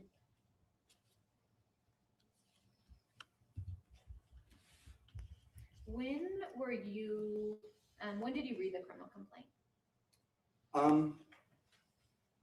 whenever it came out on deadline, to be honest, it came out on deadline and I downloaded it. And who contacted you to write this affidavit? the defense, obviously. It's not a trick question, is it? Melissa. Or Tim? Like, Tim's husband asked if I would write something. Tim's wife. Correct. Okay. And did you send that to Mr. Dodd's firm? Yes, they contacted me and asked if I would do it, and I said yes. I wrote it and Right. sent. I actually think I sent it to Melissa, Okay. and then she forwarded it to. And you are aware at that time when you wrote this that the defendant did admit to tickling the boys on set. oh, this is like, I'm aware that he. I'm sorry. Did you rephrase that question? You are No, no, aware, I'm going to object. Overruled. Go ahead. thank you.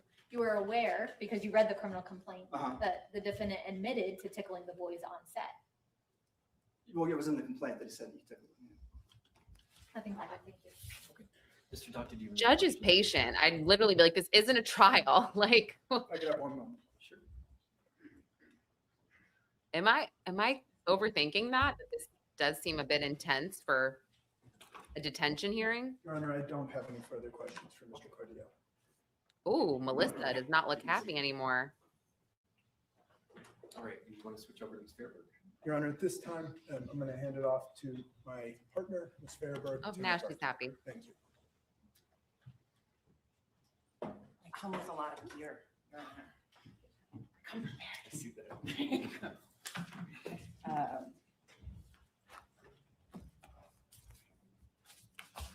As you know, we've all been busy this weekend. There's a lot of things, so I just want to be organized here for the court.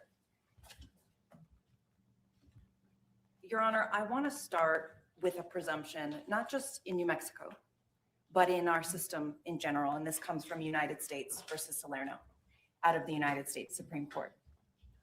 In our society, and I quote, Your Honor, quote, "In our society, liberty is the norm, and detention prior to trial or without trial is the carefully limited exception." That's based on the presumption of innocence that Mr. Dodd spoke about earlier, and it's echoed by Article 2, Section 13 of the New Mexico State Constitution, and of course, Rule 5409. Yes. Melissa. This is in addition to the principle articulated in Gerstein versus Pugh that an accused may not be held absent a finding of probable cause. And Your Honor, I recognize that there's a finding of probable cause here by the Metropolitan Court judge signing the affidavit. But I actually want to encourage Your Honor to, in considering all of the evidence that was not available to that judge at that time, all of the pieces that were misconstrued in the complaint, as Mr. Dodd said, that does not appear to have been a neutral piece of evidence. I would actually encourage Your Honor to keep it in the back of your mind. Is there really even probable cause in this case? But setting that aside, what we in this state have required, have asked and required of the state of New Mexico is that they must prove both dangerousness and that no conditions, no combination of conditions could keep the community safe, that they have to prove that by the exacting standard of clear and convincing evidence. Now, as Your Honor is aware, there's a lot of evidentiary latitude in these hearings, but that's not a reduction of their burden. All of that evidence, whether it's by a proffer, criminal complaint, things that wouldn't be admissible at trial, it still needs to be, according to the rule, reliable proof. It still needs to be reliable. And our Supreme Court in Mascareno versus Hadel has described that burden, clear and convincing, as evidence, and quote, Your Honor, quote, "evidence that instantly tilts the scales in the affirmative when weighed against the evidence in opposition." The state's nowhere near close to such an instant tilt. Not even close. And Your Honor, I'm not going to rehash every single one of the 5409 factors, although I will touch on them throughout my argument, but please let me know if you have a question about any one of them. But the state bases its motion on two: the nature and circumstances of the offense charged and the history and characteristics of the defendant. We just heard Ms. Brandenburg address the defense's concern that the state of New Mexico, both in public statements and now here in court, has acknowledged that, yeah, when they accuse someone of a crime against children, as a matter of routine, they file for pretrial detention. That's not what our law contemplates. This isn't meant to be routine. This is the carefully limited exception. And what we see is an approach that does not treat it as such. Basing the detention on charges alone is just not enough. And again, I want to read to you, Your Honor, from Mascareno versus Hadel, because our New Mexico Supreme Court has addressed this dead on, of whether the allegations, the nature of the charge, the statute under which a defendant is charged, is that enough? Is that enough for pretrial detention? And they tackle it head on and they say no. And I quote, "To allow the state to rely solely on the nature and circumstances of the charged offenses, not only to prove that the defendant poses a future threat to others or the community, but also to prove that no release conditions will reasonably protect the safety of any other person or the community, would all but eliminate Article 2, Section 13, and the corresponding constitutional burden of the state." Close quote. We just heard Ms. Brandenburg say, yeah, anyone who's charged with a crime against a child is manipulative, cannot be trusted. There's no conditions of release that could possibly control that. And Your Honor, I would push back strongly on that. Not only because our Supreme Court has said explicitly, that's not how we do this.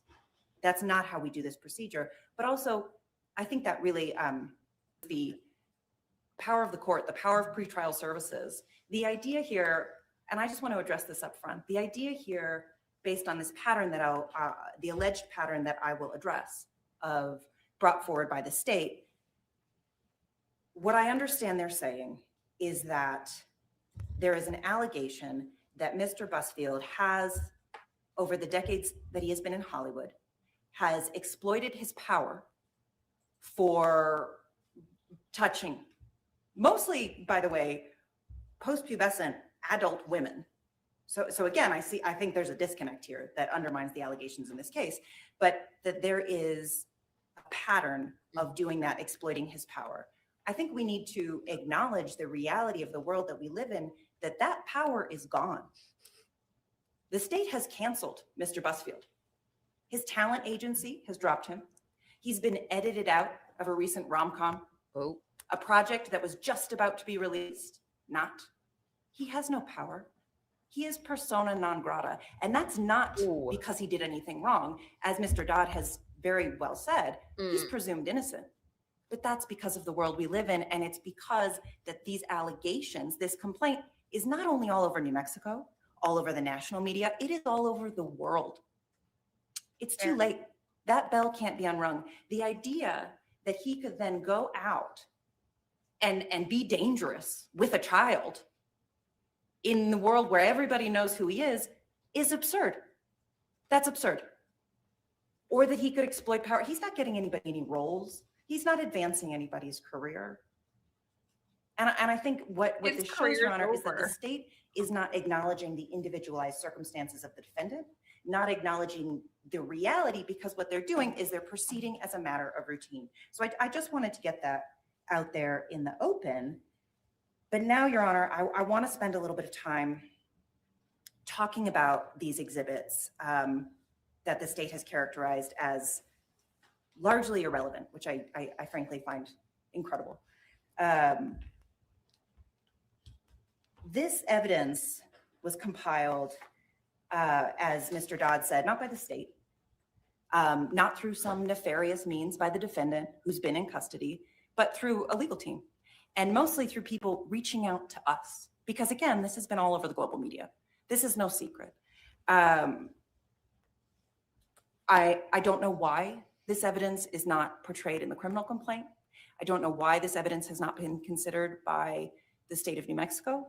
I'm frankly surprised, given the weight of this evidence. I'm going to say it outright, Your Honor. There is not a universe in which the state has the evidence, and we've received their discovery. We received it on Friday, as you know.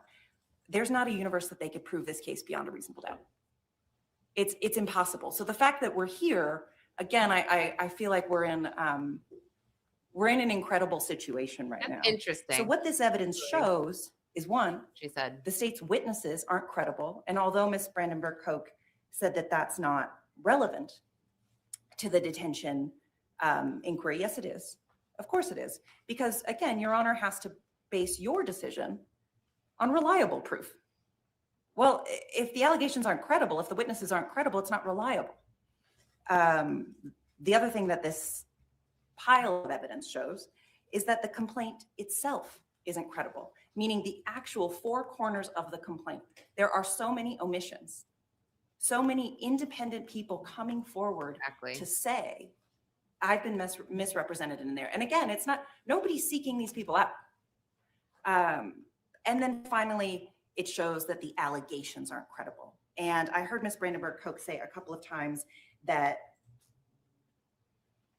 the defense argument, the allegations aren't credible, doesn't hold water because the boys have never said that this happened alone. That's not true. That's not true. Again, this is a case that has had evolving allegations. But as we see in Defense's Exhibit I, Your Honor, the second Warner Brothers independent investigation, which directly addresses the allegations herein, but the state did not include or reference in its criminal complaint, specifically says We'll And talk I'll just about go ahead, that. I'm going to skip forward, and I quote, Your Honor, from, again, that's Defense's Exhibit I, that the allegation was that Mr. Busfield had isolated the twins, quote, out of sight and sound, quote. That's the allegation. The fact that these allegations have evolved only makes them less credible. That actually, no, it wasn't out of sight and sound. It was where everybody could see it. It was, so I just want to put that out there now.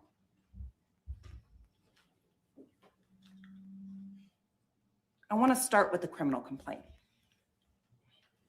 And Your Honor, I'd like to use my microphone here. I'd like to play, for Your Honor, Defense Exhibit Z. This is an audio-only There clip you go. of the first interview So bad. that police had with the boys in 2024.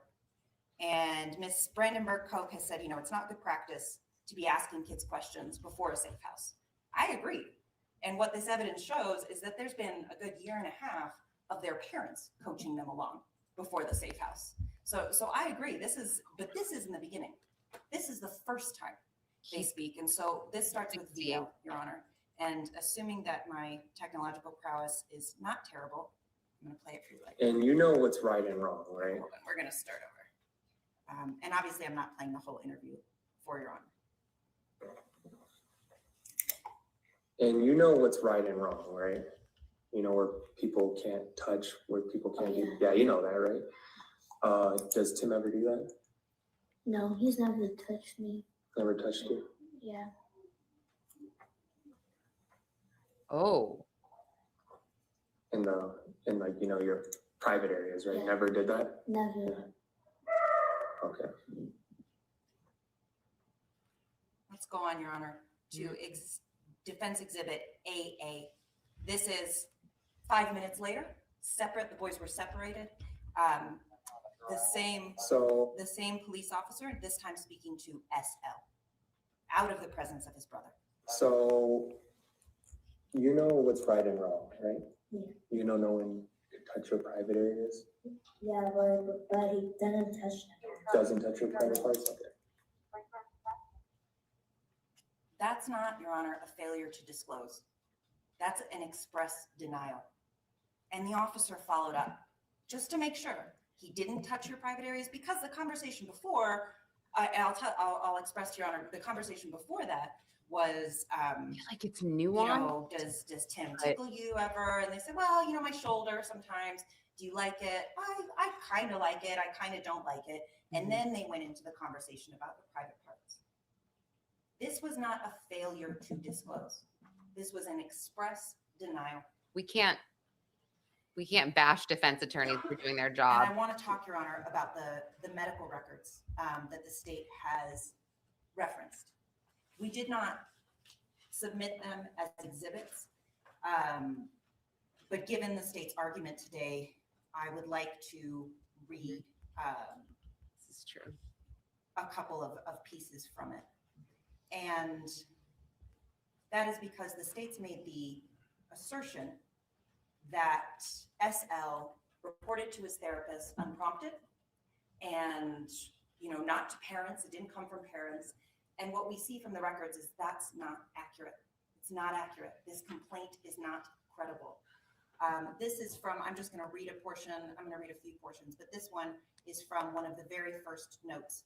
Ding, ding, ding. In the room are SL, his father, Ronald Rodas, and the therapist.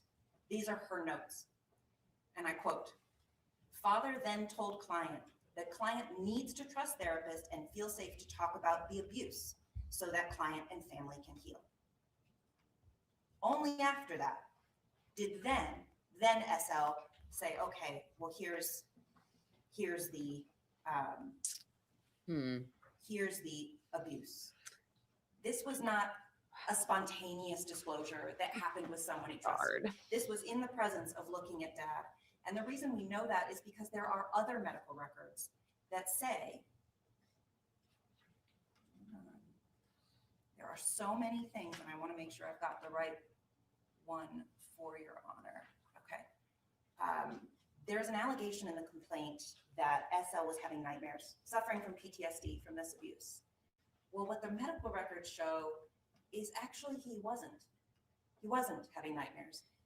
When his father is not in the room with him, when his father's not in the room with him, SL tells the therapist that he's waking up at night, and I quote, waking up at night due to being too hot or too cold.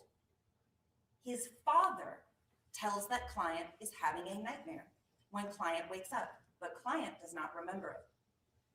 Multiple times throughout the medical records, multiple times, SL tells the therapist, I wake up because I'm hot.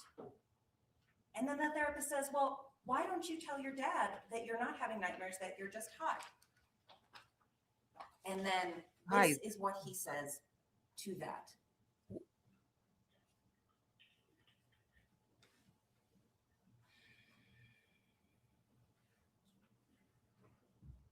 Client, quote, client feels the need to please his father and at times is scared to tell him what's going on due to fears of disappointing him. Oh boy. Oh, this is so These hard, aren't you guys. credible, non-exaggerated allegations. These are manufactured allegations. This complaint omits all of that history, all of that history. What are you guys But thinking? not only that, we know that it also misconstrues conversations with its own witnesses. I'd like to play for Your Honor Defense Exhibit S. This is a voicemail left, not solicited, left to the Busfield family's personal attorney. This is a voicemail from her. Hi, this is Danielle D. Hill. I'm reaching out regarding Timothy Busfield. I noticed that I was in the police reports for his warrant, and I was not very happy with how the detective twisted and used my words and just picked and choose what he wanted to put into that report. This is in the I filing. don't feel comfortable with a man sitting in jail right now when I know what I said, and that's not everything or twisted words into the report. So I would like to be able to speak with someone about that because this has gotten kind of out of hand. So thank you. My phone number is 505. We won't play her phone number for everybody, Your Honor. She's not the only one. States, Defendant's Exhibit, I keep saying states, Defendant's Exhibit L is an affidavit of Kristen Carr. She says the same thing. She says that the detective omitted from the criminal complaint things that she thought were crucial. That set teachers never left the boys unsupervised, that there were always 20 to 30 people in the room, and that she never saw the kids ever alone or somewhere where other people could not observe.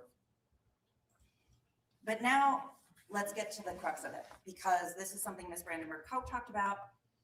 The parents here, the parents. The issue is not that people with a criminal history cannot be the victims of crimes. Okay. That's not what this is. That's not, oh, there was a DWI here, or there was a conviction back there. That's not what this is. I think I'll say it the most simply. These two parents have a documented history. They're con artists, actual con artists. Ronald Rodas, Defendant's Exhibit A, the DOJ's press release. The DOJ's press release after he was convicted of wire fraud, defrauding 1,500 homeowners during the mortgage crisis through a sham law firm of over $6 million, served 3 years in prison, and was disbarred in the state of California. And this is what the DOJ says, and I quote from Defendant's Exhibit A. It is an unfortunate truth that people often take advantage of a crisis for personal gain. The Rodas Law Group was among the worst type of scammers, trying to take advantage of homeowners already experiencing profound heartache in the face of potential foreclosure. I didn't make up the word scammer. That came from the Department of Justice. And Angel LaSalle was no better. Defendants Exhibit E and F That's a lawsuit, a civil lawsuit. Again, not just some unrelated idea. This is about stealing. This is about defrauding people. Had a Bentley, sold it for $90,000, didn't turn over the title, I love this had inside the car baseball unlawfully repossessed, and then from the locals. Thank you then in the chat. fraudulently traded it in for a Porsche 911 in her mother's name. Oh, And that's in addition to a domesticated judgment for over $75,000, well, including penalties, but a $75,000 judgment for bad checks written at the MGM Grand in Las Vegas. Again, these aren't unrelated. So why? I mean, I guess the question here is, if the boys said that this never happened, why are we here? And we're here, it's documented through these witnesses. We're here because those boys lost their role. They lost their role, and exhibit after exhibit talks about, we've got defendants exhibit I, the Warner Brothers investigation.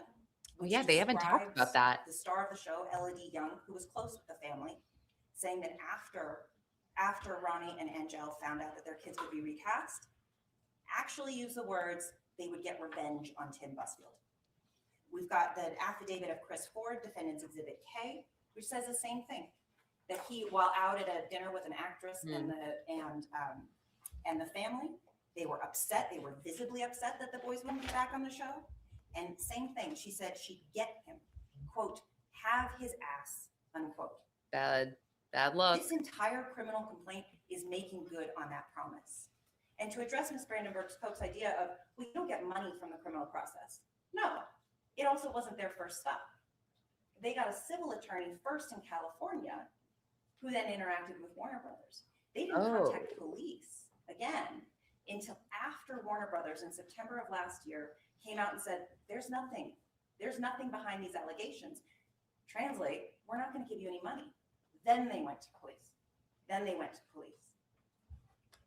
What?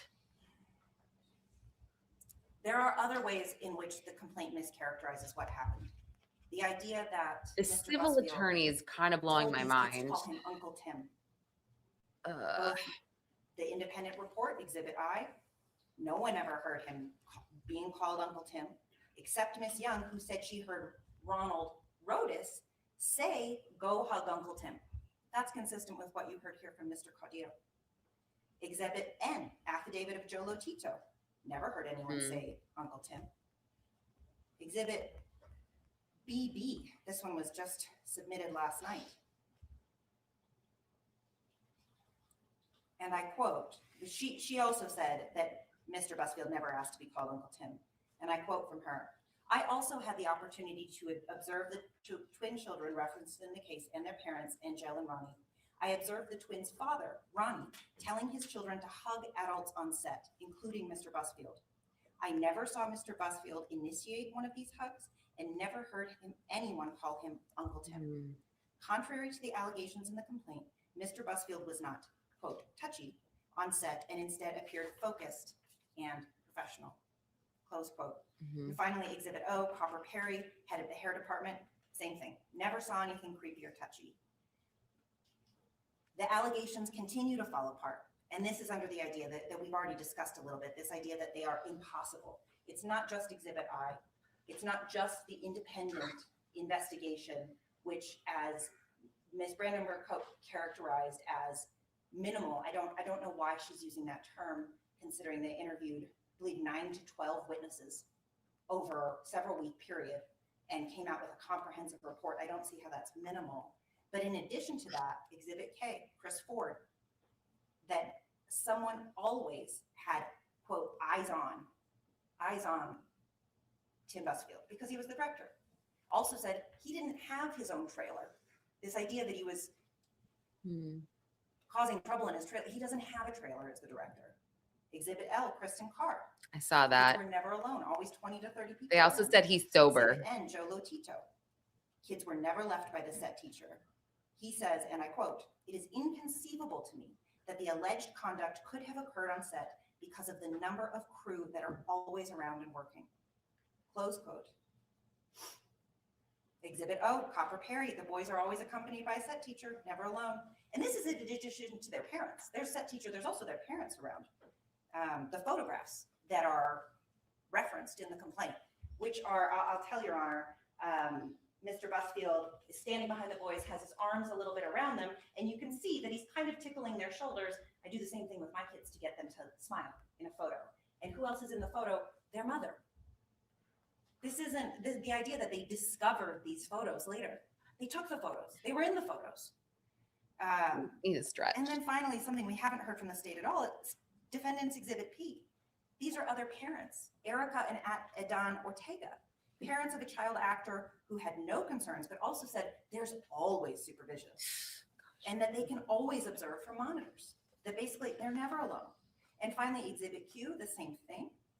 The parent, this is the parent of the child that replaced SL and VL. The kids were never alone, said it was a great place to work. The only issue was that they were getting abuse online from family members of the LaSalle and Rodases. And then same thing, Exhibit R, Deborah Toner, her affidavit, quote, I never observed unaccompanied minors. All minors on set were always accompanied by an appropriate supervising adult. And then, Your Honor, we've got the polygraph. It does matter. It does bear on this proceeding exactly. Because again, if the allegations never happened, we can't detain him. You can't detain him if we say, okay, this probably never happened. There's probably not even probable cause for it. But we do have this, we do have some unfounded, some as yet unsubstantiated allegations dating back 1991, 1994, again, all with post-pubescent or adult women. No bearing on this case. That's not how the law works. We can't say, well, it doesn't matter if he says he didn't do this. Yes, it does. It absolutely does. The bottom line, Your Honor, is that the overwhelming evidence is that this didn't happen, is that this was manufactured, and there is a credible story here, and it's a very sad story, and there are victims, and they are still these two boys, but they weren't victimized by Tim Busfield. Ooh. They were victimized by their own parents, who no longer could make money as a lawyer, disbarred, no longer could write bad checks, taking 85% of the money they made on a TV show, and then I manufactured. think he's getting released. As revenge. That is what the evidence shows, and I realize I'm running out of time. You are. So I'm going to push. You've got 3 minutes left. Are there Thank any you, of Your the Honor. other F6 factors I'm you'd like gonna- to address? One thing I didn't do, Your Honor, was address the history, the alleged history, and I did a little bit. I do encourage Your Honor to look at Defendant's Exhibit Y. I'm sorry, it says Plaintiff's Y. That was me. Mr. Dodd would never make that mistake. That's I think he is that's the affidavit by Matthew Moore. released. Where he talks about that, this was another parent pushing forward on their kid's career. And no indictment or grand I'm jury gonna yet. go fast. You've seen the public safety assessment. You've seen the ABLE assessment. That is absolutely relevant. It's absolutely relevant because it says he's no risk. Mhm. So I ask Your Honor, what the state offers is narrative. What Rule 5409 demands is reliable evidence and evidence that points Yeah. decisively toward release. That's what the evidence points toward right now. The LaSalle Rodas family has already gotten its revenge. Mr. Busfield has been canceled. His career is over. Oh, this In the is span of 6 days, it's done. oh, Edited out of projects, talent agency that's a dropped him. wild thing to say. Allegations plastered all over global media of pedophilia, his wife under attack. His life is ruined, but his liberty under the rules, under the Constitution, under the facts of this Damn, I case want can be her. restored. And I ask Your Honor to restore that liberty. And you've got 3 ways to do it. One, there's no evidence of dangerous, certainly not clear and convincing. There's definitely not clear and convincing evidence that no combination of conditions could keep the community safe. And finally, I ask Your Honor to reconsider the probable cause in this case, because then it would be patently unconstitutional to hold him. He should be released on his own recognizance. But even if Your Honor has any hesitation though, well, that's easy. That's easy. A no contact with kids order. House arrest here in Albuquerque. He doesn't have a community in Albuquerque. He has no power. There's nowhere to go. This idea that, there's no way for the court to know if people charged with these kinds of crimes can talk to children. That's not how our courts function. We function on the presumption of innocence. And I ask Your Honor to please restore Mr. Busfield's liberty. Thank you. Thank you, Mr. Graber. She was the end. I was like, what? Judge, can you just let me know how much time I have? 10 minutes. Oh my gosh. 10-minute rebuttal. Okay. Judge, Guys, again, I have I want to ADD. make this very clear what we are here on today. Have We to. are here to see if the court agrees that the defendant is dangerous, and if there are conditions the court can set, which the state's argument is there are none. Defendant's exhibits and argument here don't talk about what this case is about. They're trying to fluff, use the parents' history, and that's why these victims, essentially they're saying, are liars and are going to, and they're being coached, even though, I don't know. Oh, That was my timer for Ms. Fairburn. at least it wasn't me. You divided it. Finished, girl. I You had- did. Sorry. like I had one more minute. It's okay. There was medical concerns about sexual abuse prior in November of 2024 made by the doctor after seeing the kids in this case. So how this even started was because a doctor in his experience was concerned. Not because of anything else besides what he thought and what he saw during presentation of the kids. I've already laid out, and I know the court is very aware of how kids disclose abuse. This is the norm.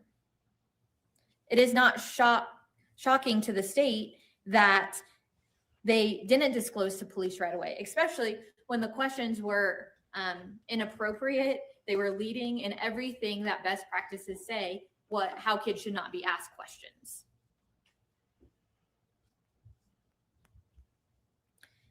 For defense to get up here and say that their disclosures of sex abuse aren't credible because of the parents, even though they have continued to show signs and show and continue to disclose the abuse, all very similarly,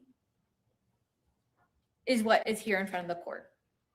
Again, this isn't a mini trial, and yes, the court can judge credibility and the weight of the evidence. However, this is one factor. Of course, that's an easy defense to say these parents are liars and they're coaching their kids, and this could never happen. Even though there was concerns back in November of 2024, there was concerns again at therapy when the boys disclosed. There was concerns again with another medical professional. There was more concerns at Safe House. So this isn't a one-time disclosure where parents are telling them what to say. And I know the court is aware about coaching and how difficult it is to coach a child at that age and to continue and remain consistent. Child abuse cases are so nuanced. Kids are find them very, at this age, so very difficult. black and white. But I think he will To be then released. say, oh yes, I'm gonna Yeah. lie and exactly how my parents No told grand me to jury say yet. it, even though they were able to give details of how he touched them. They corroborate the defendant's statement that, yeah, he did tickle them all over, which I think is important because defenses, all of their exhibits contradict what the defendant also already admitted to, that this conduct could never happen and nobody saw anything. The witness himself said, I was with him 100% of the time, but never saw this tickling or touching, even though the defendant himself said he did it on set and getting them ready to act. So that is not reliable when the defendant's own testimony, own statement to police is that he did in fact touch them. Dizzy, I know. And if defense wants to say that the civil suit is the standard here, the defendant also has a civil suit, a sexual assault civil suit. It shows a pattern. It shows a history of his characteristics. The defendant is famous, wealthy, influential, as you can see by all of the exhibits provided, which all these character witnesses, these 87 letters he was able to get in 7 days. The victims, the way that these cases are brought forward is by what victims say, not what their parents are telling the police. And we have to, if there's other credible evidence that their disclosures are credible, I don't get to discriminate because they have a history, and neither should this court. The victims are little boys. They didn't have power. They didn't have money. They don't have influence to get all of this support to show how they're not lying. Why? It's not only the defendant's reputation. Defense has leaked all of these exhibits and has gone after the parents to show this narrative that it's all the parents making this up. The boys at 11 years old can't even comprehend how to get revenge and what this would do, and why put themselves in a position to be criticized, to be called liars, to continue to go through trauma. They were diagnosed, and very much so, therapists know about. Sorry, I just have to say, I think this is what the defense is saying, that no, the boys have no idea how to get someone or how to get revenge. I think the defense is saying this is all the parents that are putting them up to this. But yes, these child abuse sex cases are very, very, very nuanced and very difficult. Yeah, sorry, I'll go back to playing it. Not shown or argued at all that there are conditions of release. House arrest, that's what I said, yeah, is not a condition that can secure the community. You have 87 letters in front of you, with most of them saying, I would trust him, he would do this, I would trust my kids with him. So you can't tell those people they can't come over with their kids. And we know that they're not going to come forward and say, oh yeah, I did let my kids around them. it's true. They're all real child rapists all around. House arrest is not a proper remedy when we're talking about conditions of release here. There is enough. Probable cause has been found twice in this case already. The boys have continued to disclose, have cooperated, despite them being dragged through the mud in this case. And this is only the beginning, as the court knows. This process is not easy for a victim, let alone for young children.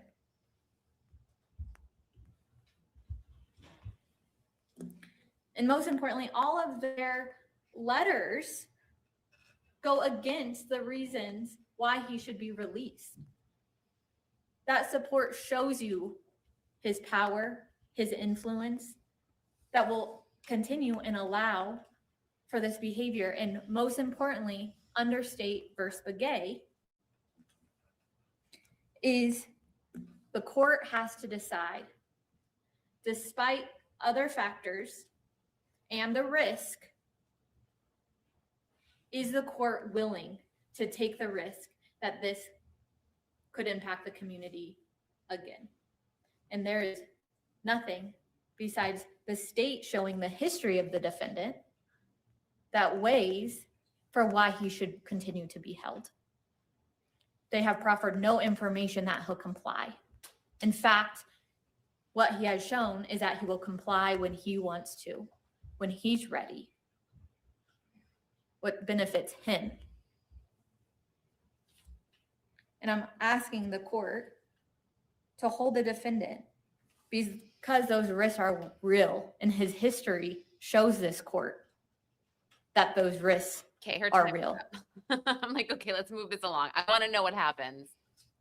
There are no conditions that this court can set to make sure anybody in the community, anybody in New Mexico, anywhere, that this danger wouldn't happen. The court can't make pretrial do any of those for the concerns in this case. And I'm asking that the case hold the defendant pending trial. Thank you. Thank you, Ms. Brandenburg. They're not even going to rebuttal, I'm guessing, just because that wasn't any new facts, in my opinion. But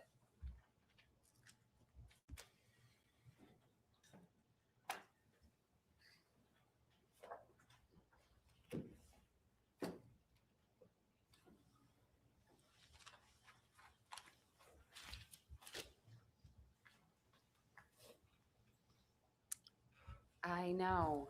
Afton, I'm so sorry. I do want to address the target letter. The target letter has been sent. Mr. Dodd has had access to that since the 16th of January. I'll trust you guys to share that here. Okay. no indictment, no grand jury. They got to release him for now, I think. Can I do a poll on StreamYard? How do I do that? I'd love to do that. Dizzy, how do I do it?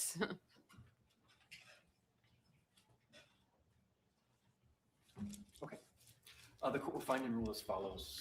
The question is whether or not the state has proven by clear and convincing evidence that there are no release conditions that would reasonably protect the safety of any other person or the community.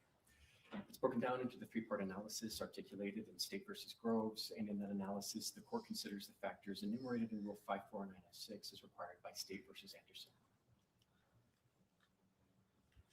The first question is whether or not the information proffered carries sufficient indicia of reliability to be worthy of consideration. I do find that the state's 6 exhibits and the defendant's 28 exhibits and the court's 2 exhibits and the testimony offered today are reliable for purposes of this decision. The next question is the dangerousness question, the extent to which that information indicates that the defendant may likely pose a threat to the safety of others if released pending trial. I'll back up and note that probable cause was found by the Metropolitan Court judge. We're not set for a preliminary hearing today. I do find that that is sufficient for a probable cause finding for today's purposes. So as to the dangerousness question, based on the nature and circumstances of the present offense, noting that this is a crime where the allegations involve criminal sexual contact of minor children in the genital areas, I do find that is inherently dangerous. So I'm satisfied based on those that the state has proven that Mr. Busfield does pose a danger to the safety of others. I'm shocked. As to the last question, whether there are any potential pretrial release conditions that would reasonably protect the safety of others, I'll work my way through the F6 factors, first adopting my findings about the nature and circumstances of the present offense. I'll move on to the weight of the evidence. There's not even an Now, Ms. Brandenburg-Koch is right. It's important to acknowledge the nature of sexual assault cases and delays in reporting, especially from minor alleged victims, are fairly common. Wow. That sort of sexual abuse often occurs in the dark. This situation is a little different in that the allegations involve the defendant being alleged to have committed these acts on a film set. Now, the defendant's presentation, the affidavits from a number of people who worked on that film set, the independent investigation performed by the law firm hired by Warner Brothers, the testimony offered today do not corroborate the allegations offered by the alleged victims in this case. Now, while true, the statement from those children to law enforcement initially and expressly denied that anything occurred, the children then subsequently reported these things. That's not uncommon. What the defense is saying is true. Today, based on the limited These information, kids are going to be I have in tortured front of at me, trial. I'll characterize the weight of the evidence against the defendant as neutral at this point in time. As to the defendant's history and characteristics, as included or reflected in Court's Exhibit 1, this defendant exhibits 0 criminal history, no misdemeanor or felony history. The state has brought forth a number of allegations over the last 30 years, something of a pattern involving allegations of this defendant committing some sort of sexual contact against post-pubescent women. Now, these allegations have not been vetted by the judicial system for various reasons. There being a civil settlement in one of those, a declined prosecution, or no action taken on the exchange of the defendant engaging in therapy. I understand that given the media attention to this case, that more people may come forward with other allegations. Oh, supporting boy. this pattern. No But boy. at this point in time, it's difficult for the court to put too much weight into those allegations as they've not been vetted by the judicial system. I'm concerned about the allegations of this defendant using his position of power on the film set to advance his own personal motive. But the affidavits offered by other people working on the film set do not show that Mr. Busfield has used or abused that position of power. With regards to the nature and seriousness of the danger posed, I'm very mindful of the higher court's guidance in the Begay case in weighing this defendant's risk of reoffending. But given the lack of a pattern involving children in this case, I think that can be remedied through different conditions of release. For factor E, I don't find that there's been sufficient presentation that this defendant may commit new crimes if released pending trial. There's no Somebody's evidence mouth of a breathing in pattern the of microphone. criminal conduct. There are no similar Driving me allegations insane. involving children in his past. There's no evidence of non-compliance with prior court orders. Rather, this defendant self-surrendered and submitted himself to this court's jurisdiction, demonstrating compliance with the court order for his arrest.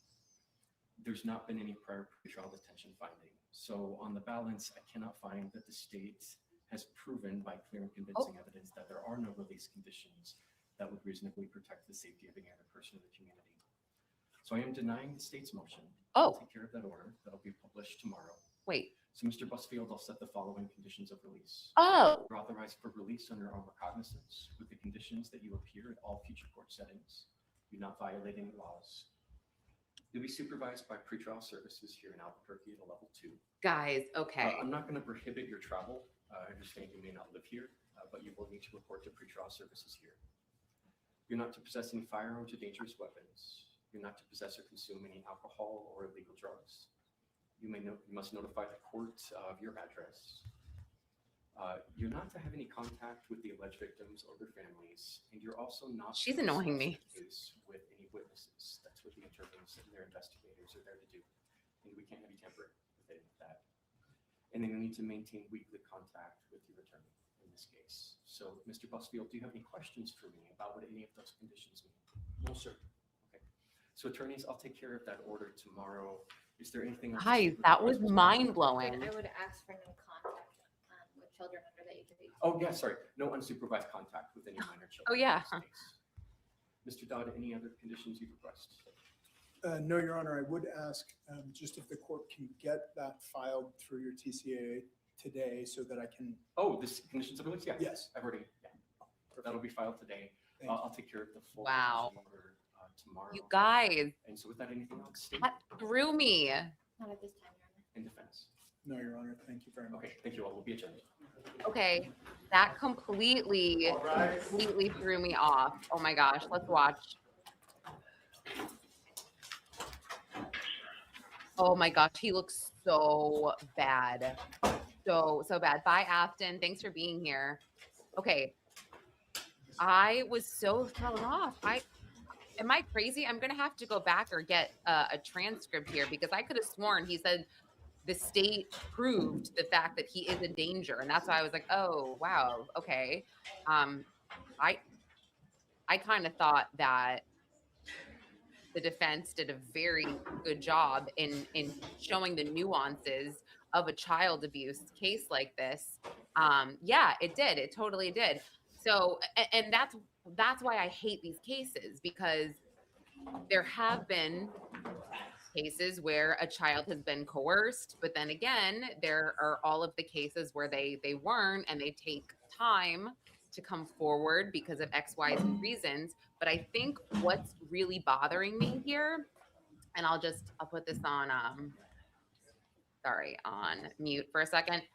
I think what's kind of bothering me here is the back and forth about the state and the defense about the parents, because the prosecution is like, well, just because the parents have a history, it doesn't mean that this can't happen to their children. Of course not. Of course not. But what it does mean is that the parents could be the ones coercing their children to bring allegations like this. And then, kind of like what Amber Fairberg said, how the son was like, nope, he never touched me. And then he's like, go ahead and tell them. But the kid said that he didn't want to disappoint his dad. He was scared of his dad. That was stated on the record to a therapist. And then you just have to have a better argument. And I mean, the state, you got to have a better argument than, just because the parents are bad doesn't mean the kids are. That just doesn't, or the kid, it didn't happen to the kids, because that to me is the crux of this. And right away, when the Rachel, I think Brandenburg said, the way that the kids came forward is because the mom saw on social media that Tim Busfield had a past. And then she was like, oh, and I mean, I don't know what I would do, but like, the past is with girls, right? A minor girl that was 17 and then a woman that was 28. I don't necessarily know if I'd run to my son. I have a 7-year-old. I don't know if I'd run to him and be like, hey, did he touch you? Like, I don't know if I'd do that, if that would prompt me to do it. However, I guess it prompted her to do so. But yeah, I mean, I just think that this is so funny, because in this chat, I feel like a lot of people came in and they were like, he's guilty, lock him up and throw away the key, blah, blah, blah. Because I mean, yeah, you look at any child abuse case and you're like, you don't want anything to do with it. So, I mean, sure. And maybe, yes, there's another allegation. Absolutely. But I think what the defense was saying was that none of these resulted in a criminal case. The movie theater, they didn't have enough evidence. The 17-year-old girl, it was a civil suit. So, and I'm not saying that didn't happen. Absolutely not. But I think in a courtroom, a criminal case would weigh against whether, he gets locked up or not over allegations or rumors. But do you guys hear my kids fighting? I always wonder if that is a thing. So yeah, that's interesting. So the whole chat, by the end, hearing the defense add some context to sort of some of the meetings with the therapist and the recording and just the set in general, I think everyone, okay, good, thank you. I think a lot of people were like, oh, okay, our minds have changed just a bit. But also, this wasn't a trial. This was a detention hearing. And we also heard that they haven't even convened a grand jury to hear this at all. They have not convened a grand jury. There is no indictment yet. So I also thought that would be a little presumptuous, unless I mean, a guy is in there in cuffs and he allegedly raped like a 10-year-old girl, and there's the clear and convincing evidence with no real rebuttal there. Then it's like, okay, no indictment, just keep this guy locked up. But yeah, right. So and that's the thing. What I guess, that's what I was getting at. Like, we haven't seen everything. We haven't seen all the evidence. We haven't gone. We haven't even seen a preliminary hearing. So they booked him already. They booked him when he turned himself in on January 13th. Now he is released on his own recognizance. It just says no contact with minors, no drugs or alcohol. They said he's sober, by the way. No weapons, and they said no travel restrictions, which I found to be interesting. I don't know about you guys, but they I guess they can't impose a location monitoring service in New Mexico. I am so used to that in New York. It's like every single case, it's like, okay, location monitoring service, ankle monitors. It's crazy. And then weekly contact with his attorney. Yeah, so that's all I got, but I will pull the filings. New Mexico is so annoying with the court filings. I have to say, you have to it's just like Indiana. You have to fill out a form every single time to get the filings. So, yeah. Okay. So it's late for me now. It's 6:30. I'm going to go deal with my children. Thanks for being here, guys. like and subscribe to LA Magazine if you don't already. I'll be sure to stream all of these hearings if you like this type of stuff. I usually do stream popular court cases, popular hearings in pop culture and the mainstream media, and I also do daily videos and yeah, and just random live streams where I just talk about a case or an indictment. But by the way, I loved everybody. Rob, is that your name? All of you guys that were New Mexico natives or Albuquerque natives talking all this inside baseball. It was super helpful. All right, guys, thank you so much. And everybody have a great Tuesday night. I'm sure Timothy Busfield will.